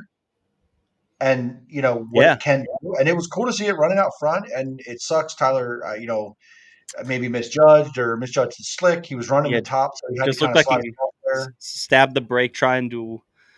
He kind of misjudged where the lapper was going to be, and just stabbed the brake, and it went around on him. And Lucas got caught up in it, and almost Kody. World's best backwards driver ever. So, and then that was really should be a T-shirt idea, Kody. By the way, if you're still listening, steal that. That was it for the 410s. I still love. I don't like late models except for at Port Royal. You can't say that. There's gonna be some offended people. Jeremy I don't care. I don't care. I like they're one of my favorite support divisions at Port Royal. At other tracks around here, not so much, and in other. There you go, Chris. Carry. Buying that shit, by the way. Pre-ordering it right now. But they also help. I think they help make the best Port Royal surface. They help. Last night, or Saturday night was a little different. But I do think the super late models were a really fun feature to watch. They have a really good, sneaky good weekly division there.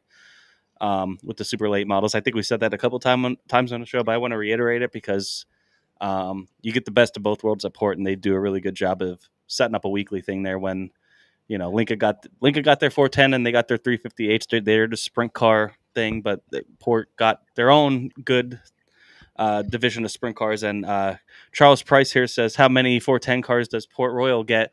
I was only there once and was going to take a ride out one night. I would highly suggest it. Port usually gets anywhere between 25 and 30 cars on a normal night if Lincoln's running. And then if, like, when we get into Tuscarora 50 here, you're going to look at 40, 50 cars easy. I might be wrong, but I think 29 has been the low water mark this year as far as regular shows go. They had 27, 29. I think it's usually 30 plus. Like Lincoln both. The Port shows are, to agree with Jimmy, the Port shows are great because even if it's 3 division, they keep the show moving. Mm-hmm. The late models are fun. Those guys get after it. Limited, supers, whatever. They're worth watching. 3-4 wide cars, in the heats and the features. They're fun to watch. 32, whatever. It's different than Lincoln, and it's just enough different that I think that's why you see both have big fields. Love going to Port. Can't wait to be there in 2 weeks for the dream race without Jimmy, but whatever. Yeah. I'll be in Springfield. Yeah, so, of course, I miss that dream race every year. Turns out. The good news, Jeremy, is since Jimmy won't be there, it probably won't get rained out, so we're good. Probably. True. Yeah, no, the 358 late model division is one I wish got more cars when I'm up there and I see that division. They did get 29. They had some extra money on the line, and I got to be honest with you. Every time like a Friday, Saturday night comes around, I see Devin Hart winning another feature somewhere. So that guy's having one hell of a season, and it continued Saturday night at Port. He gets the win in 358 tribute race. Zimmerman, I believe it was the Zimmerman, last yeah. tribute race. There's some nice shirts on sale.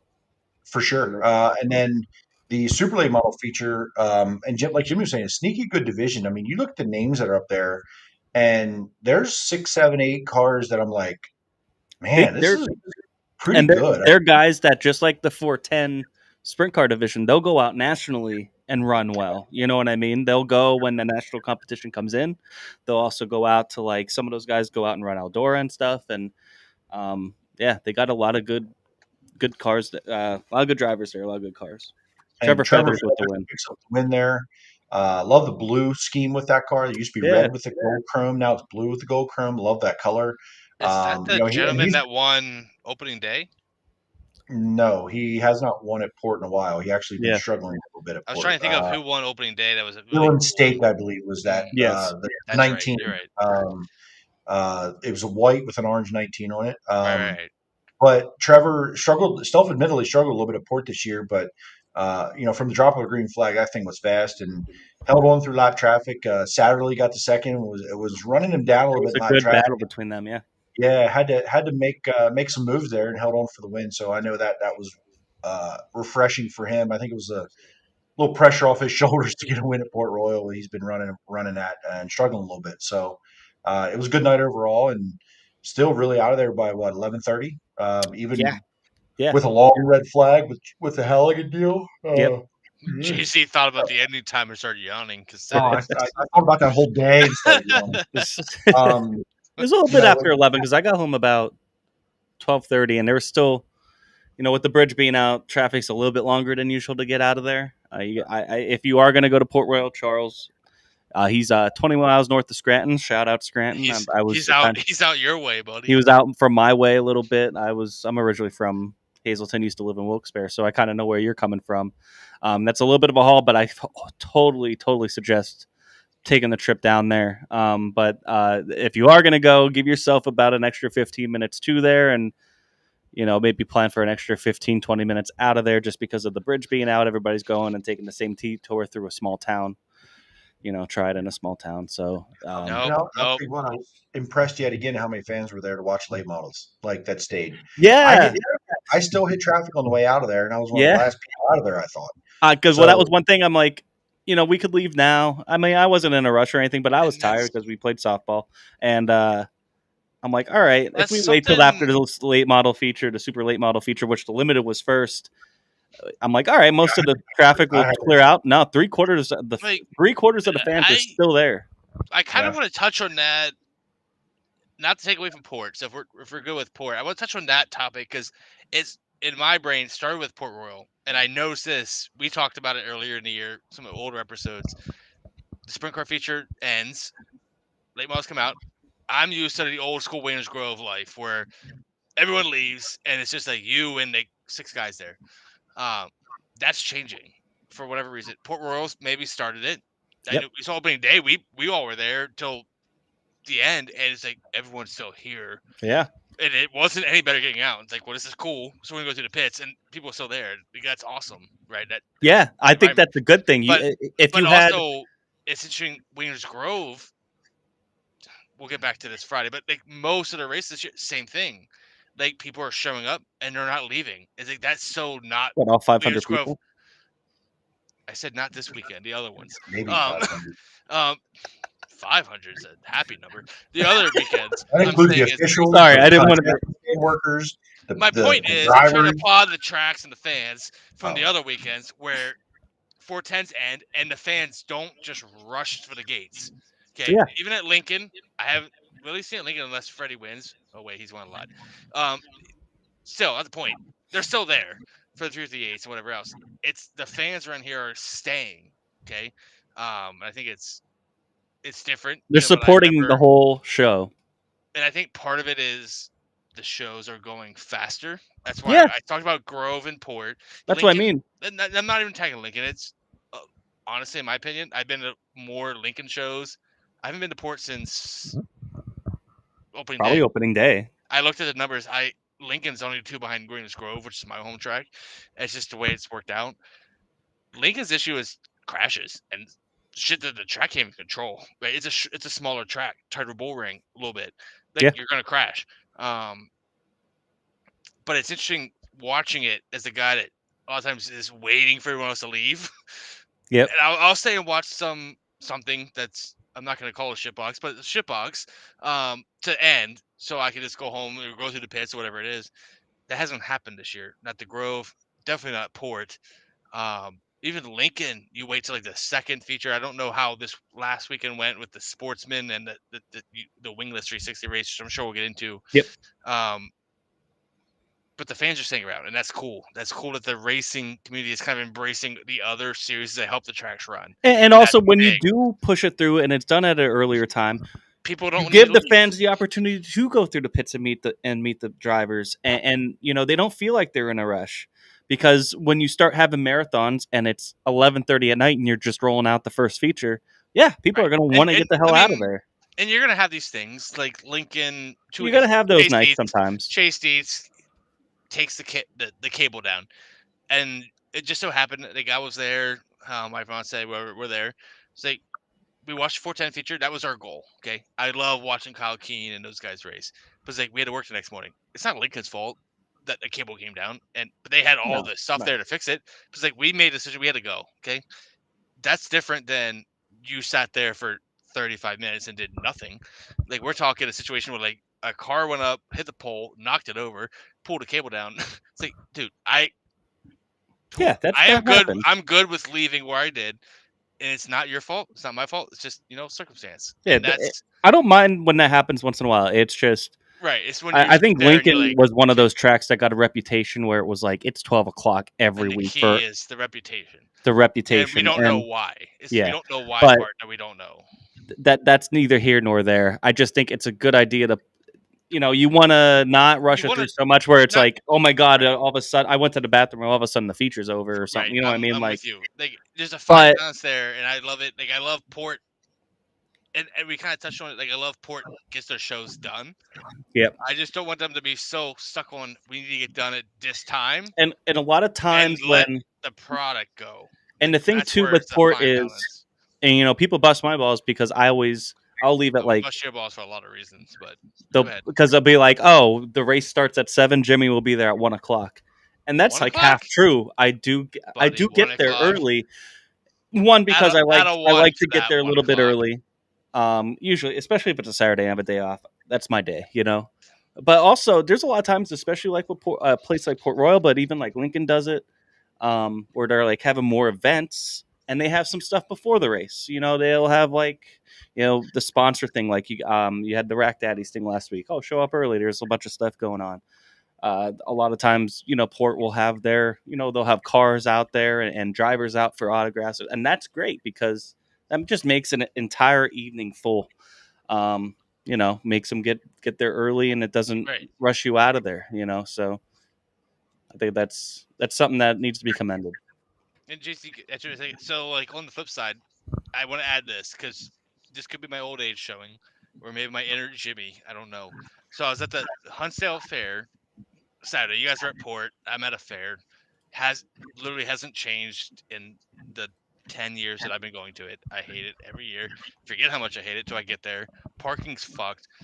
Fireworks are 10 o'clock, and I'm like, why? Why are we doing this at 10 o'clock at night? Like, start your fair earlier. Stop dragging it out. Like, I don't know. Like, I don't know. It's probably a me thing, but it's like I think back to the stuff that like Justin said. It's like get your event over early so people can get home. And I'm there. It's like you don't open till 5. You do the fireworks at 10 o'clock. Like, fuck. Do them at 9 o'clock. It's a little different. Like, I don't know. On like a Friday night, it's a little bit different because people are still getting off work. But you got a Saturday. JC looks so confused and angry right now. He's ready to light me up. I thought this was a racing podcast. Yeah. Right. Well, now I'm sitting there watching this go down, and fair, my guy.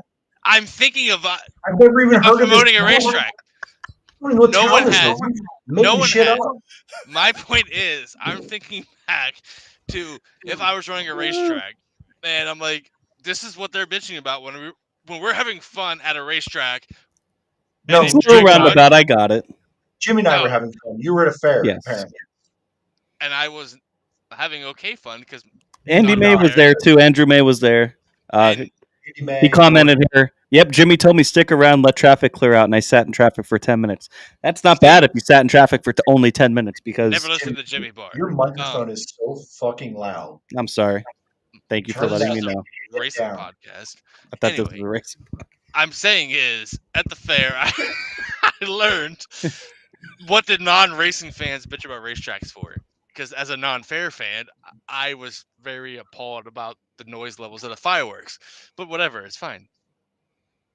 The noise. Okay, I'm kidding. We're going down rabbit holes here. Let's get back on track. How long? It's more like how long it went on. It's like, can we just do the fireworks at like 8:30 so I can go to bed? Your kid said no. It's not even dark at 8:30. My kid was pissed off. They did the first run. I'm gonna say this. I'm gonna offend somebody in a minute. Their fireworks are better than all of the Williams Grove fireworks this year so far because they lasted 30 minutes. Williams Grove couldn't last that long. Do we want 30-minute fireworks at Williams Grove? No. My point is we need the show to end earlier and skip the fireworks. I'm done with fireworks. I'm done with all of it. The fireworks at Williams Grove are cheap because they're saving up for a catch fence. Okay? What about... There it is. There it is. We went right to Port Royal with Kody. We didn't talk about Friday night. No, we didn't. I was going to backtrack. We're not going to jump in. Let's get into it. We're not going to jump into the catch fence. Friday night, Williams Grove. One doesn't exist, bud. I'm not even going to defend him here. It's going to be great. Come on. All right. Just to recap quick. Friday night, like, Williams Grove. They get to the 410 feature. Another Calm down. Bow Hunters Brawl. Calm down. I'm getting there. Okay, I'm just trying to do the right thing. Bow Hunters Brawl, 358s, 410s. They get to the 410 feature. There is a... There it is. Love that guy. Charles Price. Change your plans. Come to the Tuscarora 50, buddy. Please. I love it. Come there. Please. To Tuscarora 50. Skip the Outlaw Show. Come to the 50. Ricky DeVea, wicked wreck on the front stretch. Almost right exactly where Justin Whittle was the week before. Just time he had a catch fence. Wrecked pretty... I guess he kind of went in... The dirt station replay kind of showed that he went into Freddie's right rear. And just kind of went end over playing the weird anomaly, dude. It's the same as that crash. Just a little bit different, but pretty close. It's the same crash 20 yards apart. No, it's not the same crash. It is maybe the end result was one car torn up, which isn't the same. No, they're not even close to the same. They were literally the same crash. It was in the same area. That was about it. That was same fucking thing. One car. This car didn't go out park this time and hit a tree. Right, he hit the fence, and we saw how bad that was. Yeah, the car was destroyed before it hit the fence. If you watch that replay, that car was... I'm not saying destroyed before this it ever as a fence or not fence. I'm saying this was a paradox to exactly what AJ Flick was talking about. Why? No one hit him after? No, but the goddamn fence almost went through his cockpit. Okay, so... a high-speed wreck's going to be a high-speed wreck. And when it hits something going fast, it's not going to be good. So here's my argument on the catch fence. And I get it. I get both sides. I'm just saying this is... We're going to go to it. You're opening the... I'm saying this is a perfect... As best you can get, week to week, side by side of Justin Whittle getting right reared, not whoever's fault, out of the park versus this cat getting right reared, his fault or Freddie's, whoever's, into a catch fence just before that. It's very similar. As close as you can get without doing a scientific experiment. So, and I'm going to quote you on this because you were leaving because you saw the rain coming. And you thought twice about having you and your daughter there next to, right outside that tunnel. At the tunnel. I was standing there. I was standing in the grass. So anyone who's Williams Grove, there's a ticket booth thing going to the tunnel. We're in the grass. It started raining. Saw lightning. I have a Jordan Gibbler front wing from things courtesy of Brainer Raymer in my backpack, and I have her like rain cover on there. I'm like, I don't want to be standing here because Why? I'm on the outside Why? of the track. Yeah. But why? But usually on the outside of any other track where a fan can go, it's pretty safe. I Why was do you not feel safe? I was behind the catch fence, but I'm out. It's my own thing. If you also notice, I also don't stand next to the fence on the infield because I almost got rained on by a burning tire Okay, one but time. why didn't you feel It's a me safe thing. there? I have Why didn't you anxiety. feel safe there? Maybe because what happened the week before in a car. Didn't think about landed. that. No. Well, yes. I thought about Justin Little. I was thinking about that. because you Yes. thought about it. Yes, I agree. I was in danger of getting hit by a race car where I was standing at. No, it wasn't about the race car. I was about the debris of a race car. Again, I'm not saying there's a catch fence there. My point isn't that What is your you point? shouldn't. You get to one? My point is, this is a paradox. The two things: catch fence, no catch fence. I think yes, catch fence, but not the way they should have it now. The one that doesn't exist, almost or the one that does exist? Did he not hit a catch fence, or did we just make an invisible barrier that you're now comparing? Did he not? The cat on Friday night. Did he not hit a catch fence pole? Down the front straightaway before the turn. Of course. You mean the one did he not hit the invisible fence that Justin Little didn't hit? The one that's a middle ground. Oh, the one that made him go into a tree? My point is, you can't say fall down 15 feet from where he was. Like that's either way. A high speed crash is going to be a high speed crash. I get the. I'm saying the fence, no catch fence argument. I don't think a trade off is going into a tree and falling down 15 feet. What did I say last week? I don't even know. Can you get to the point? I still don't understand it. I still don't understand your point either. The point I said last week was the catch fence right there is not ideal. It's on the front stretch that guards fans where fans walk. Are you kidding me? You got to have a catch fence there. Not the way it's sitting right there. It has to be off the fence. The turn yet. It's on. I'm talking about the entry of one through one. That's not where he hit. I understand where he hit. I was watching it from the parking lot. I was standing by the tunnel. That's what you guys were talking about. Yeah. My point was you didn't feel safe there. I never felt unsafe around, any other tunnel. Just saying.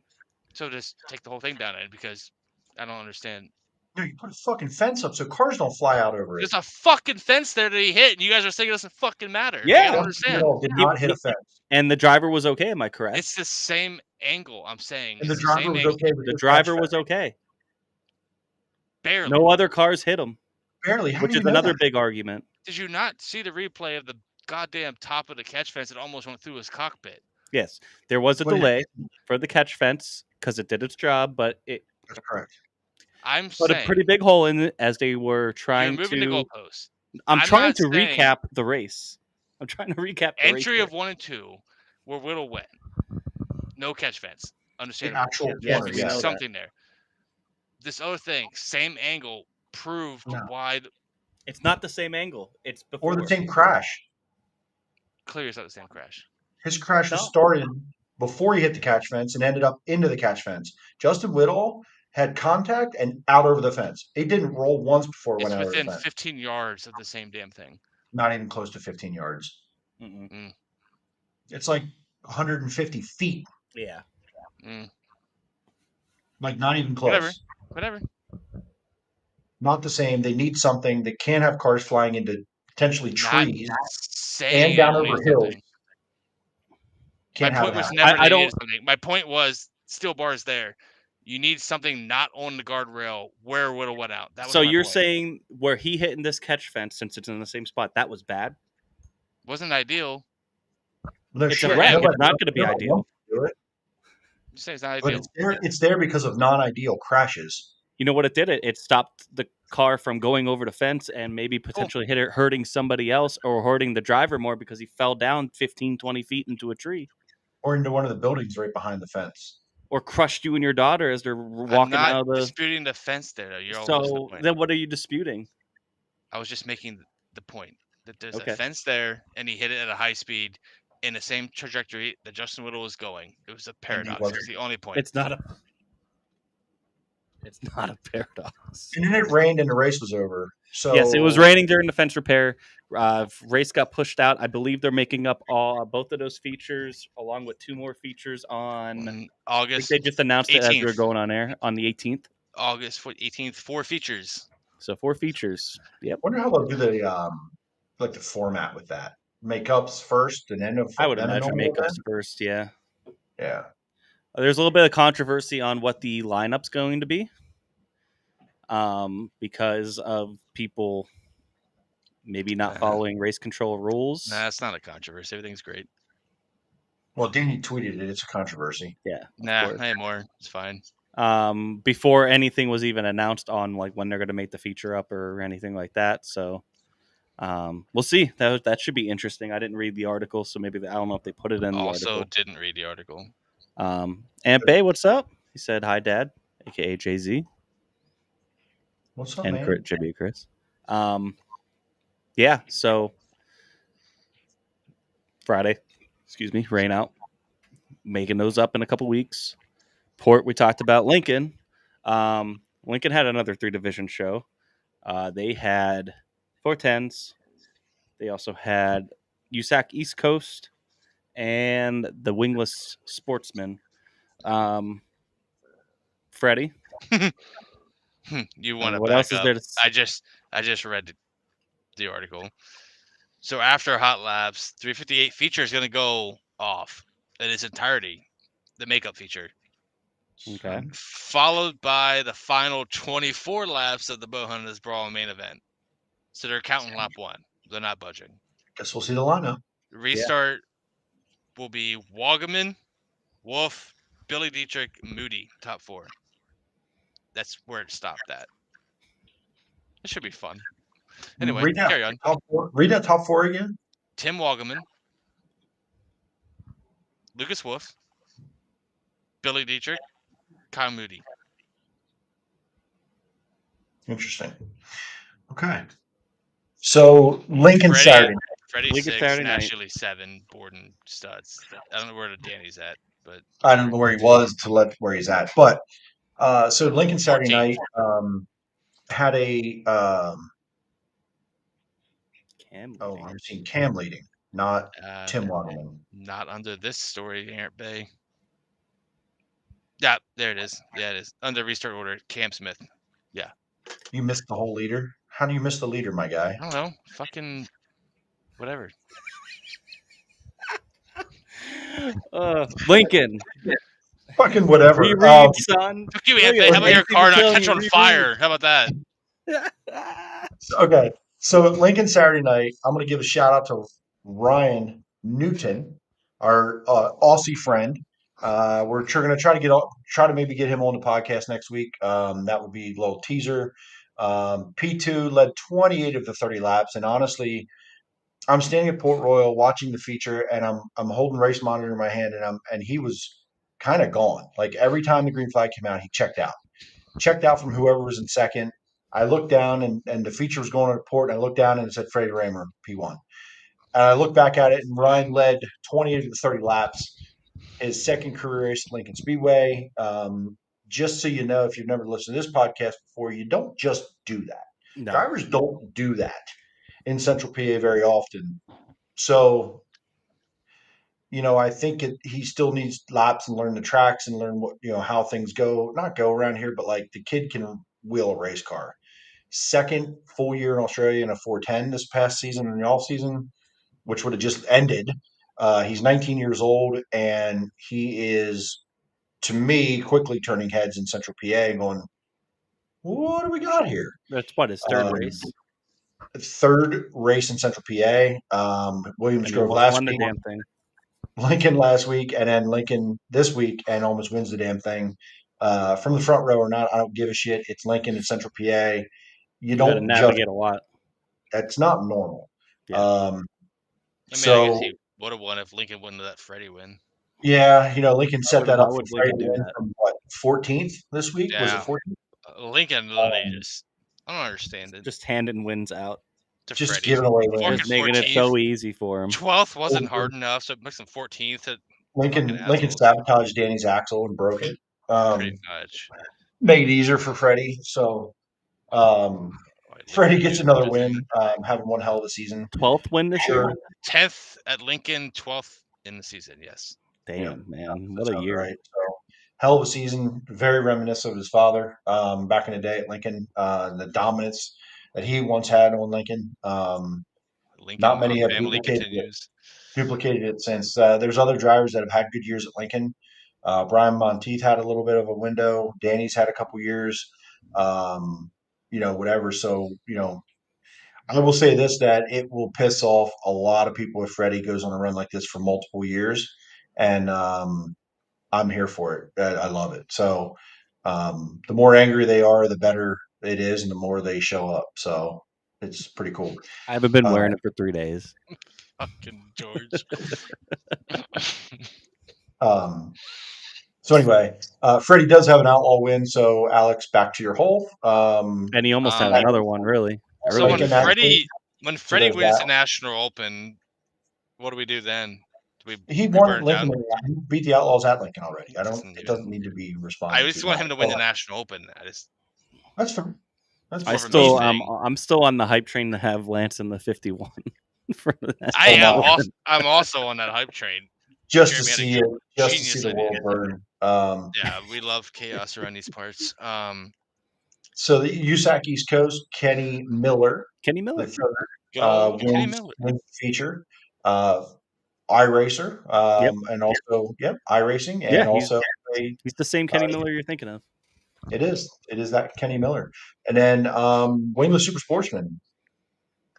Who was it? I don't know, but shout out Carmen Perigo finishing 4th at the USAC. Cliff Bryan won. So, Cliff Bryan, the name. Cliff Bryan. Yeah, watched him win at Bats earlier this year in the Wingless Super Sportsman. So ripping the fence, by the way, in that car. Cool. Take a real quick time out. Kenny Miller, not Kenny Hoffman. I understand that. I was thinking more of Logan Wagner's not winning anything in the 69K. Danny said so, Alex. Also, get a life. He doesn't run it at Williams Grove, so there's that. Saying. Yeah. If you're gonna troll, can you do a little more research, buddy? No one cares about the Prairie Dirt Classic. Get wrecked. So that guy has had the last 2 comments, and both of them couldn't be more wrong. Right. Freddie beat the Outlaws. For 2. Logan Wagner's not winning the Natty Open, not in the 1Z, not in the 7 car. Maybe the Tusky. In fact, Logan Wagner's not winning the Natty Open in the goddamn Tony Stewart Racing 15 car. Carson Macedo's ride. Brian Brown. We get it. We get the point. So, by the way, if you all know Alex Robinson, you may not. He is an amateur firefighter and a part-time racecar driver. Oh man, that's Talladega Nights. That's Talladega Nights. Announcer at Bridgeport. He is an announcer at Bridgeport. Friend of the show. For sure. But he couldn't be more wrong. Couldn't be more wrong in those last 2 comments. He's a fender guy, let's be honest. And he's a trans fender guy because he likes the modifieds too. Because they're not real fender cars. They're kind of fender cars. They're like a little bit of both. I call them trans fender cars. I mean, honestly, Logan Wagner would probably win whatever race Bridgeport has in one of those. That's probably true. Anyway, Alex does have a good point. It is midget week. That's midget week. Cool. Yeah, I'd like to maybe try to get 2-1. He may not care it's midget week, but he did also make 2 incorrect comments. So I'm saying is I don't understand the midget week things. You guys could just Thanks, Charles Price, for tuning in and your comments. We hope to see you at Port Royal and tune in again. Thank you. Thanks, Charles. Appreciate you tuning in, buddy. But yeah, so Lincoln. See, okay, Alex, cool. Shout out Carmen Perigo again. Brian Brown. Okay, I-55. It's fine. I-55. It was a 360 Nationals. No one really cares. Yeah, we'll talk about it. It was a close finish. It's like a good Xfinity. Brian Brown over Aaron Reitzel for the 360 Nationals. Very good finish. Right. Go back. Go find the highlights. Very good It finish. would have been funny if Awesome Brian Brown finish, threw a man. bike at him. Very popular win there. I-55 first night shit show. Absolute shit show. That track was definition. choppy. It was rough, and I don't mind cowboy up tracks, but it was to the point where when you start having cars just flip over, just trying to race. It was a little beyond cowboy up. It was Yeah, more it was a like, little bit more. hey, It was we're cowboy mud upside bogging. down. Yeah, Is what it was. it was cool. Cowboy upside Oh, down. Tony Sharp. Good to see you, buddy. Glad Corey you joined the show. Day with a pretty looked violent wreck, but he tore another whole fence fence down down. at I-55. It was a crazy wreck because like the wreck was like over, like it was done rolling, and the velocity of the car slowed down.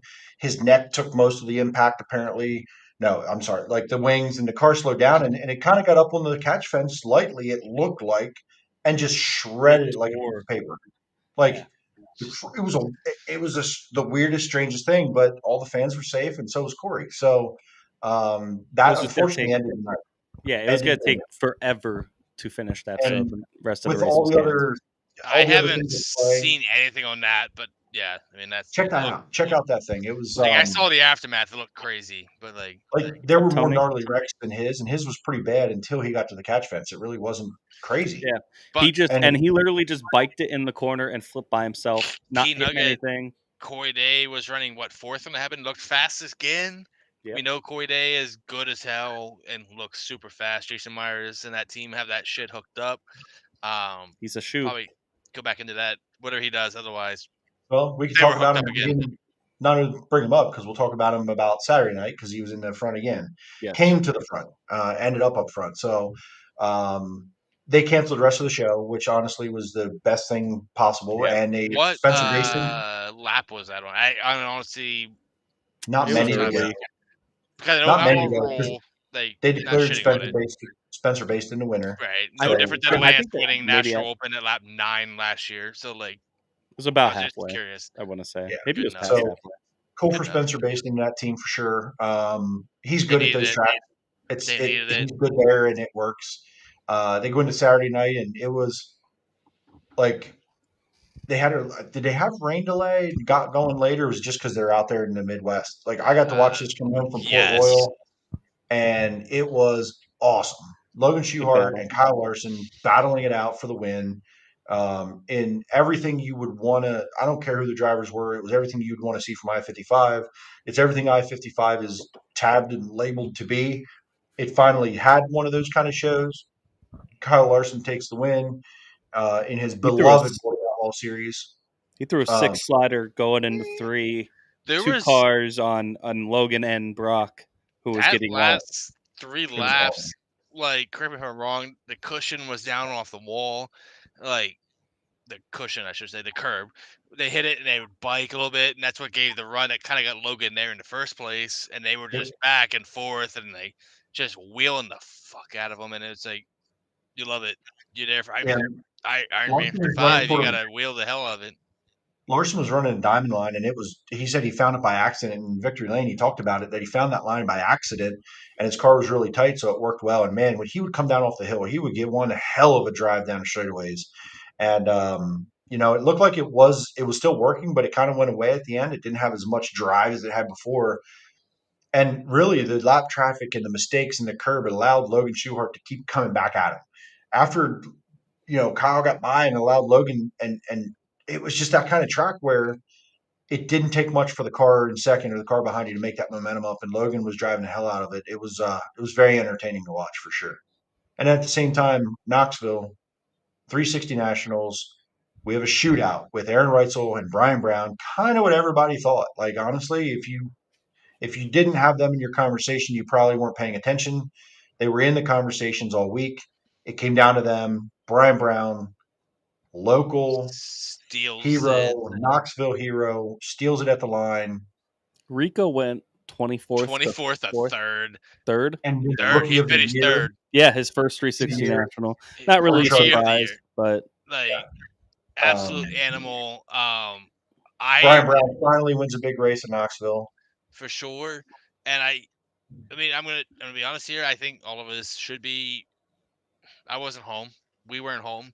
I saw it after the fact. Mm-hmm. A little bit after the fact. I was like, holy shit. Someone said about Brownie. I'm like, holy shit. So like I went back and watched the replay. Nuts. I guess it was a red flag. Big crash with as Reitzel was taking the checker and it went away, which triggers the green white checker. And Brian Brown's emotion and interview was phenomenal. It was just like peak Knoxville. It looked like stuff he learned in the 410 Nationals that when Donnie Shot stole them, he kind of used here and he kind of got away with it. Like, he was full send. He said, I'm going to win the checkers. So I'm going on the hook. And I hope he has that speed again, because the only thing bigger than this is doing it this weekend. Yes. Before we get into that, one more thing to recap. Turn 2 terrible softball team. We won a game, everyone. We did win a game, one buddies. game. We won a game. We got blown. We need the photos. But anyway, Yeah. We'll share them to the page and everything. There's quite a bunch of good photos of. I want to thank everybody who came out, you guys, and Ryan Smith, Andrew May, George Wood, Golden Glove Jane Award Bingaman. winner. Huh? Ryan Smith, Golden Glove. Dude was an animal. Oh my god! Except for that time he tore his quadricep. But that's fine. We played the very first game in the morning at 8:30 in the morning. Got absolutely annihilated to the team that eventually won the 10-team tournament. So well, that's what they identify as. We identified as we had fun. We had fun. Yeah, we had a ton of fun all day and got out of there. We lost in time to get to the racetrack. So we're the real winners here. Yeah, it was a great day, Saturday. Again, they got to thank everyone. Got to thank everybody that works with Baseball for Bravery, putting on a great tournament, letting us be a bunch of. Whoever that one guy that joined. Yeah, there was a guy who went over the fence trying to make a catch, and I hope they're doing okay. Hope they're best wishes to them. But yeah, thanks to all of them, and thanks for everybody for coming out, and we're definitely going to be there next year. So no, we'll talk about it. Go ahead. I was going to say, is there a way, Baseball for Bravery, is there a way to contribute to them to make this bigger for next year, or can help them more? And they're always looking for help. How can you do that? Because I know it seems a lot of local folk and they do tricky trays and stuff like that. A lot of giveaways and they'll take donations. Obviously, it goes to good cause awesome and event. And the cause is better than me, so I'm gonna let you do it. What is it for? Paul Karpovich was killed in action and was a family member on my family's other side. And that's who it supports. It's been going for about 10 years now. It started off as a class project of my cousins. I got to throw out the first pitch this year since my dad was really instrumental with helping getting the first tournament started. And, with him passing, I was able to throw the first pitch out in his honor, which was great, with big reason for us being there. So, it was great. Great to see family and friends, back in my hometown there. And it was cool. Yeah. So we'll in case you're wondering, he threw a perfect strike center plate to this crazy guy that was full George Wood. Took it on the chest. Jimmy, he threw a heater, buddy. He threw so much heat. I'm glad George had protection on. George Wood was my catcher in full catcher's gear. I'm glad he had it. First pitch you'll ever have at a charity the heat was softball down. game. Jim Barr would have been proud. That was a good time. Jimmy's actually getting signed to the Phillies. We gotta wrap this up soon. He's gonna leave us. But yeah. Anyway, we'll probably be sharing some. We had a lot of good laughs and a lot of good moments there, so we'll be sharing some pictures and stuff. It, just pretty cool. Was the Turn 2 Terribles team, so it is Turn 2 Terribles related. Let's get into Knoxville this week. I guess we'll preview first before Knoxville. PA is Midget Week. We got Lanco Action Track, Linda's Path Valley, and Bridgeport starting tomorrow. So that should be interesting if you're near one of those tracks. Midgets are always fun. And then you also got 410s at Big Diamond on Friday night. And then you got 410s at Clinton County on Saturday night. 6,300 to win Phil Walter Classic. Yeah. Billy Dietrich, defending champion. Big event. I know Jordan Givler and those guys are going. Billy's going. But will not be there. But big event. If you're near there, go there. We love Clinton County. Yeah, Clinton Per County's Jimmy's awesome. shirt. It's a Wish I could be there. really fun track. Danny Moore Sport. Phil Walter Classic. The $6,000 410 fair are win. going to be fun. Last race that we went to there was a blast. Phenomenal. So they put on a Love really it. good show there. Cool little bull ring, tight action. Yeah, fun time. Knoxville Nationals, though, that's one reason why the big tracks are off this weekend. Yeah, Knoxville. We got Oski going on right now, the Oski Challenge. They're just pushing off for, I think this is for 305s are on track right now. 305 hot laps. Yes. I think. Okay.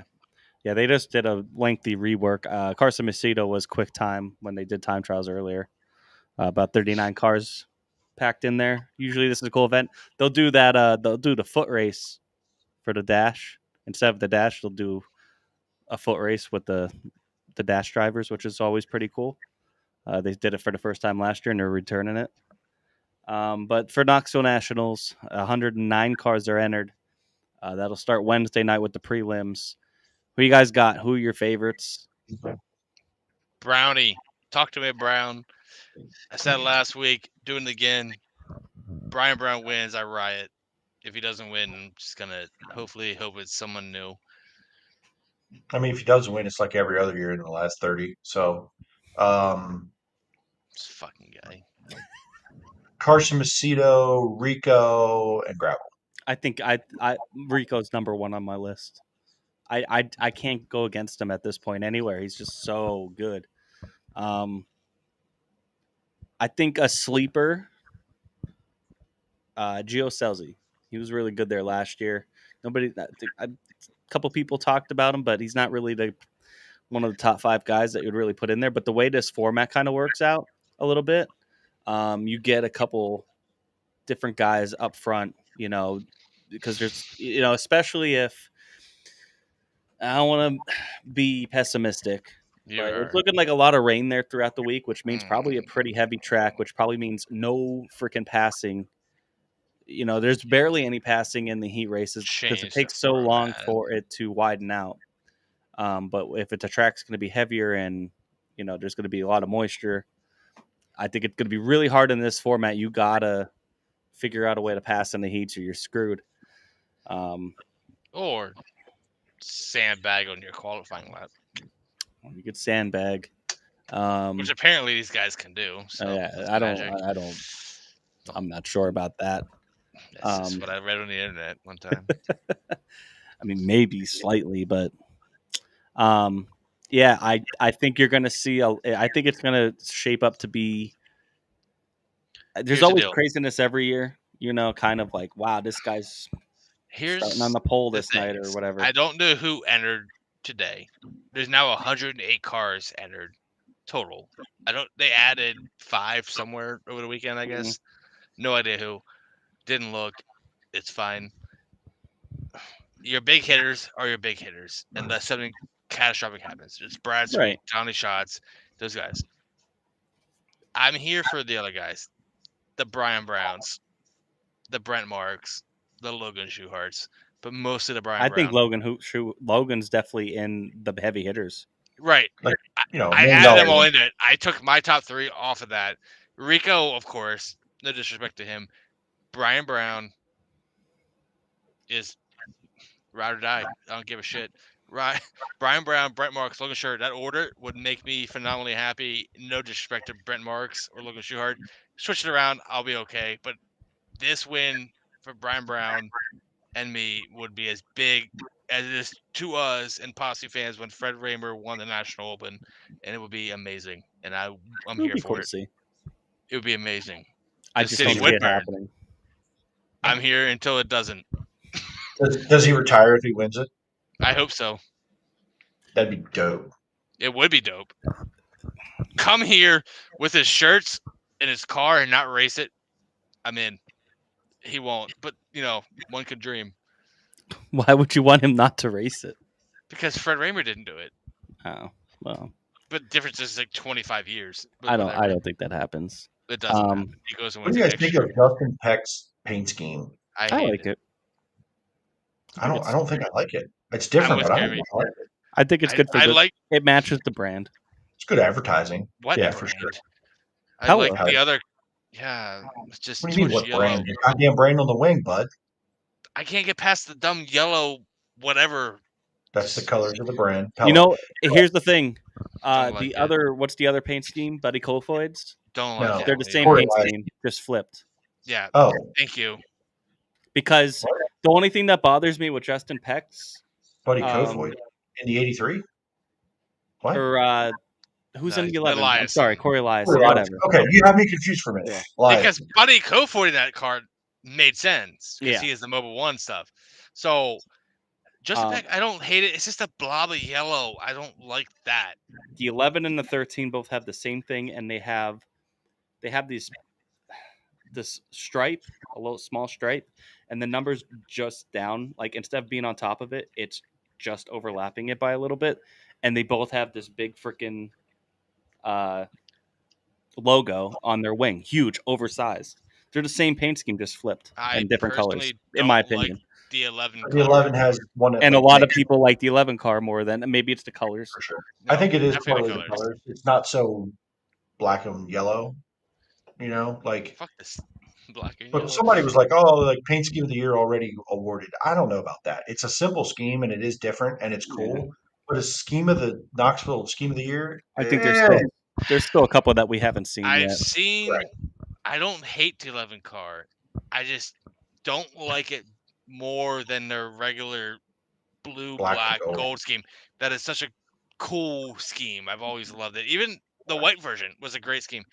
Yeah. I get sponsors, whatever. I don't hate the scheme. It's just not better than what they had. Justin Peck's is a downgrade, in my opinion, from what they had. I do find it interesting. I guess you'll see it better. About Justin Peck, he's in the 20 tonight at Oskies. Yeah. Just a save for. And the car was out there for the 360s, so they put work in it. Would be my guess. I did see that too. Probably he ran it 360 Nationals, right? Yeah. We talked about that because that would be the car that Mac would usually slide into, but I guess he burnt that bridge. But whatever. How do we think PA guys fare? I'm trying to think of the PA guys that are out there. Obviously, Macri and Marks. If you want a PA Reinhardt's out there. It's Marks or we die, buddy. Okay, I'm not talking about win. I'm talking about just PA guys that are out there. How do we think they fare? Yeah. Bishop's out there. I think obviously Bishop's out there. That's right. His week will be predicated on his time because you got to get those points if you can. Obviously, if he doesn't time starts in front of the heat, he's got to win the heat, you know. And I don't think he's ran Knoxville before, so I think that he could be up for like kind of a rookie of the year kind of running. Complete all the laps, do everything you can. Hopefully, a good showing there. I think this track suits his style a little bit, big track stuff. So we'll see there. Obviously, Brent's out there. Anthony's there. I don't have any idea what to expect there. Yeah. I would not be surprised if he didn't even make the feature. I'm going to read and react. I don't really know what. I don't have a bar to set there because I have no idea. I could see Macri either not making the feature, but I could also see him being somehow up near the top 5. Right. Honestly, dude, up here. That's why I don't know. I don't know his headspace, right? Like he showed speed, but inconsistency since leaving the 39 card. Like in the 7 card, he's up here, drops anchor, goes back here, drives forward. I don't know. I don't know. Yeah, for sure. And I think Reinhardt, he'll be in his own stuff, right? For Knoxville still. Yeah. They've been pretty good lately. So I think for him, it's the same thing as time trials are going to mean a lot. They get that thing dialed in for time trials and his draw and putting it all together. Reinhardt can pass cars. I know that car can run, and I know he has the ability to pass cars. I think his week will be predicated on that time trial lap. Those 2 laps mean so much. Yeah, that's going to be everybody. It's just it is. I say that, and there's very few that can make up from that. Mm-hmm. But it matters. I mean, it matters so much. He can't. I don't know if he's a guy who's going to bury himself to get the pole of a heat, go win a heat, and come through the rest of it, to get there. So just like we talked about Eldor, I don't know how you could consciously be in a race car, qualifying lap, and find a way to lose enough tenths to hit the invert to Yeah, get but the you don't want to here. This is points. Yeah. That was different. right. This is points. You don't want to sandbag. You can't sandbag. You have to get Right. all the points. But if you qualify first, you start 9th or 8th, whatever it is in your heat. 8th. But you got the points. You didn't Right. accumulate points at Eldora. It But didn't if matter. you They don't, sandbagged I to understand get that. up But if front. you can't pass 2 cars, you're in whatever main your prelim night. The only buried good just the thing same. is if you can't pass, Brian is Brown that talked about nobody can this. pass. So Right. Correct. Like you Brian know, Brown talked about it. Nobody Like, jumped ahead of you. You can run the B main of your prelim, get into the A, and finish 13th in your A, you and have still to have be great in your points. A. Right. what ends up I understand happening, and I that. think this happened with. Did it happen with Logan Schuchart? It happened with Brian Brown. That's when Like he he flamed it. won He he won a prelim night and then, but didn't lock into the top points Right. to get into the You're feature. right. Had You're to right. It still was run Logan in. Schuchart. Was that Jacob Allen's deal too? Yeah. No, it was Schuchart. Like they were like 17th in points, so in some Correct. weird way. So they were just outside. I don't hate. I just always thought with Knoxville that 8 was too much of an invert. But I mean, it's Sure, the Knoxville sure. Nationals. It's the toughest race of the year. Is Correct. what it is. It's going to be difficult. I think everybody, if passing happens and all the good cars make it, they're going to love the format. If it Yeah. doesn't, they're going to hate the format. So that's kind of like the deal. It's like it's all hindsight's 2020, and they hate it Well, if I it think- works, and they love it if it does. I you know? do So- love the fact that the format hasn't changed. To say, hey, why this change is it? what it is. Right. Like, yeah, don't Mhm. change it. It's Don't what it change it is. because people were pissed that their favorite driver Let didn't it- make it. It is what it is. Figure it out. This is Right. the granddaddy of them all. Yeah, Figure it so I out. think if you time up front, you start in the back, you transfer into the A out of your heat is the best scenario. You don't have to go back through from 9th to 1st. Right, You got to get into the A, finish up near the front in the A main somehow your prelim night, and you're going to be set up. If you So- qualify stupid well, right, you get to the feature, you're set up You're in good shape, stupid well. and that's hard to do, and that's why it's supposed to be hard, and it gives other cars a chance. So And Heat 1 that's of the why Aussie, it's the granddaddy of them What's all. going on? they're crashing. What happened? Oh, Oh, they're all He am I won the behind? Yeah, Mine just they're glitched. crashing. Yeah, it went to like Yeah, I think back everybody's. to But Brock, Macri, Sanders, Macedo, and Stewart top 5 yes. so far with one lap down, and they're I crashing. think Shane Stewart's one to watch. Did you say Brock is like Yes, the leader? Brock is leading.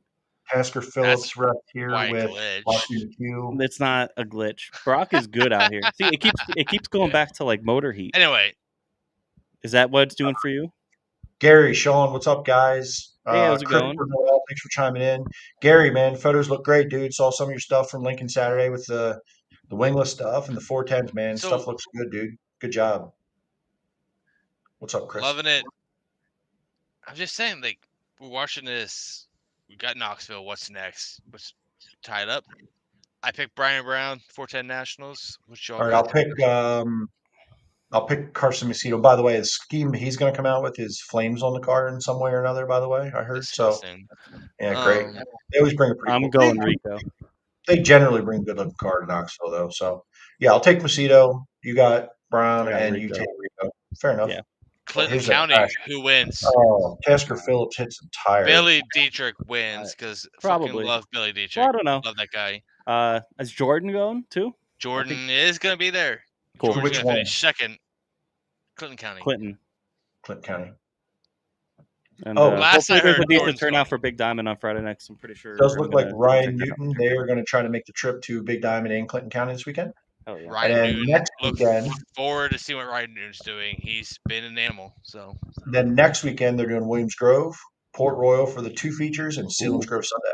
They're going to do a triple that weekend. So, if that's the case, he's gonna do a lot of features because talk about that next week in Williams Grove is he's got double feature, right? Oh So- yeah, He would that's have like to 5 feature features that on day. the weekend. He would have a double feature at the port, and he would have So- an all-star Sealands Grove race. Aussie's gonna fuck around and find out. Good or bad? Don't Ryan know. Newton- See him walking away with one. Like, to be. we love it. We love it. Like, I'm kind of interested to see how he does this weekend at Big Diamond and Clinton County. Honestly, Clinton County this- is his territory. Clinton there's a County is his cat. style of There's a- track. There's a cat. Jimmy's being attacked by a cat. But no, I agree. So, Big Diamond, Clinton County, honestly, he's caught up so much to the field already. like Lincoln, Williams Grove. Put him in places they're not overly comfortable at. I think And he listen, wins. I think he wins. Maybe Big Diamond, who won Big Diamond last year? Mark Smith, Mark Maybe. Smith did win Did he? that race. and Yes, he Mark might Smith. win it again because Mark Smith is an absolute I haven't animal. even seen Mark Smith out in a while. He They have a just motor. lurks around and just Okay. like They have, wins they have- everywhere they had a else. motor that was out, getting put back together that they needed. And I think they just Jimmy, posted. you they will literally be- watched Mark Smith win the night we were at Clinton County.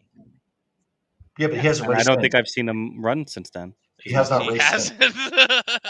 Right. So That's the they thing. should. Mark Smith's like this amoeba. He just like the Rutherford card, just like goes through life and we're like, hey, he won. Like, what the hell? All right, are we done? I think we're done. We should be We're done. Chris is done. Chris, you need a nap, buddy. I It's need more bedtime. than a nap, buddy. Softball wore me out. You need a nap, my guy. All right, I'm out of here. Thanks Thank you, everybody everybody. for tuning in. Coming in. See you all at the racetrack. Come see us. Say hi. Subscribe. Tell a friend. I don't care. Don't tell a friend. We're doing it either way. Thanks. Yeah.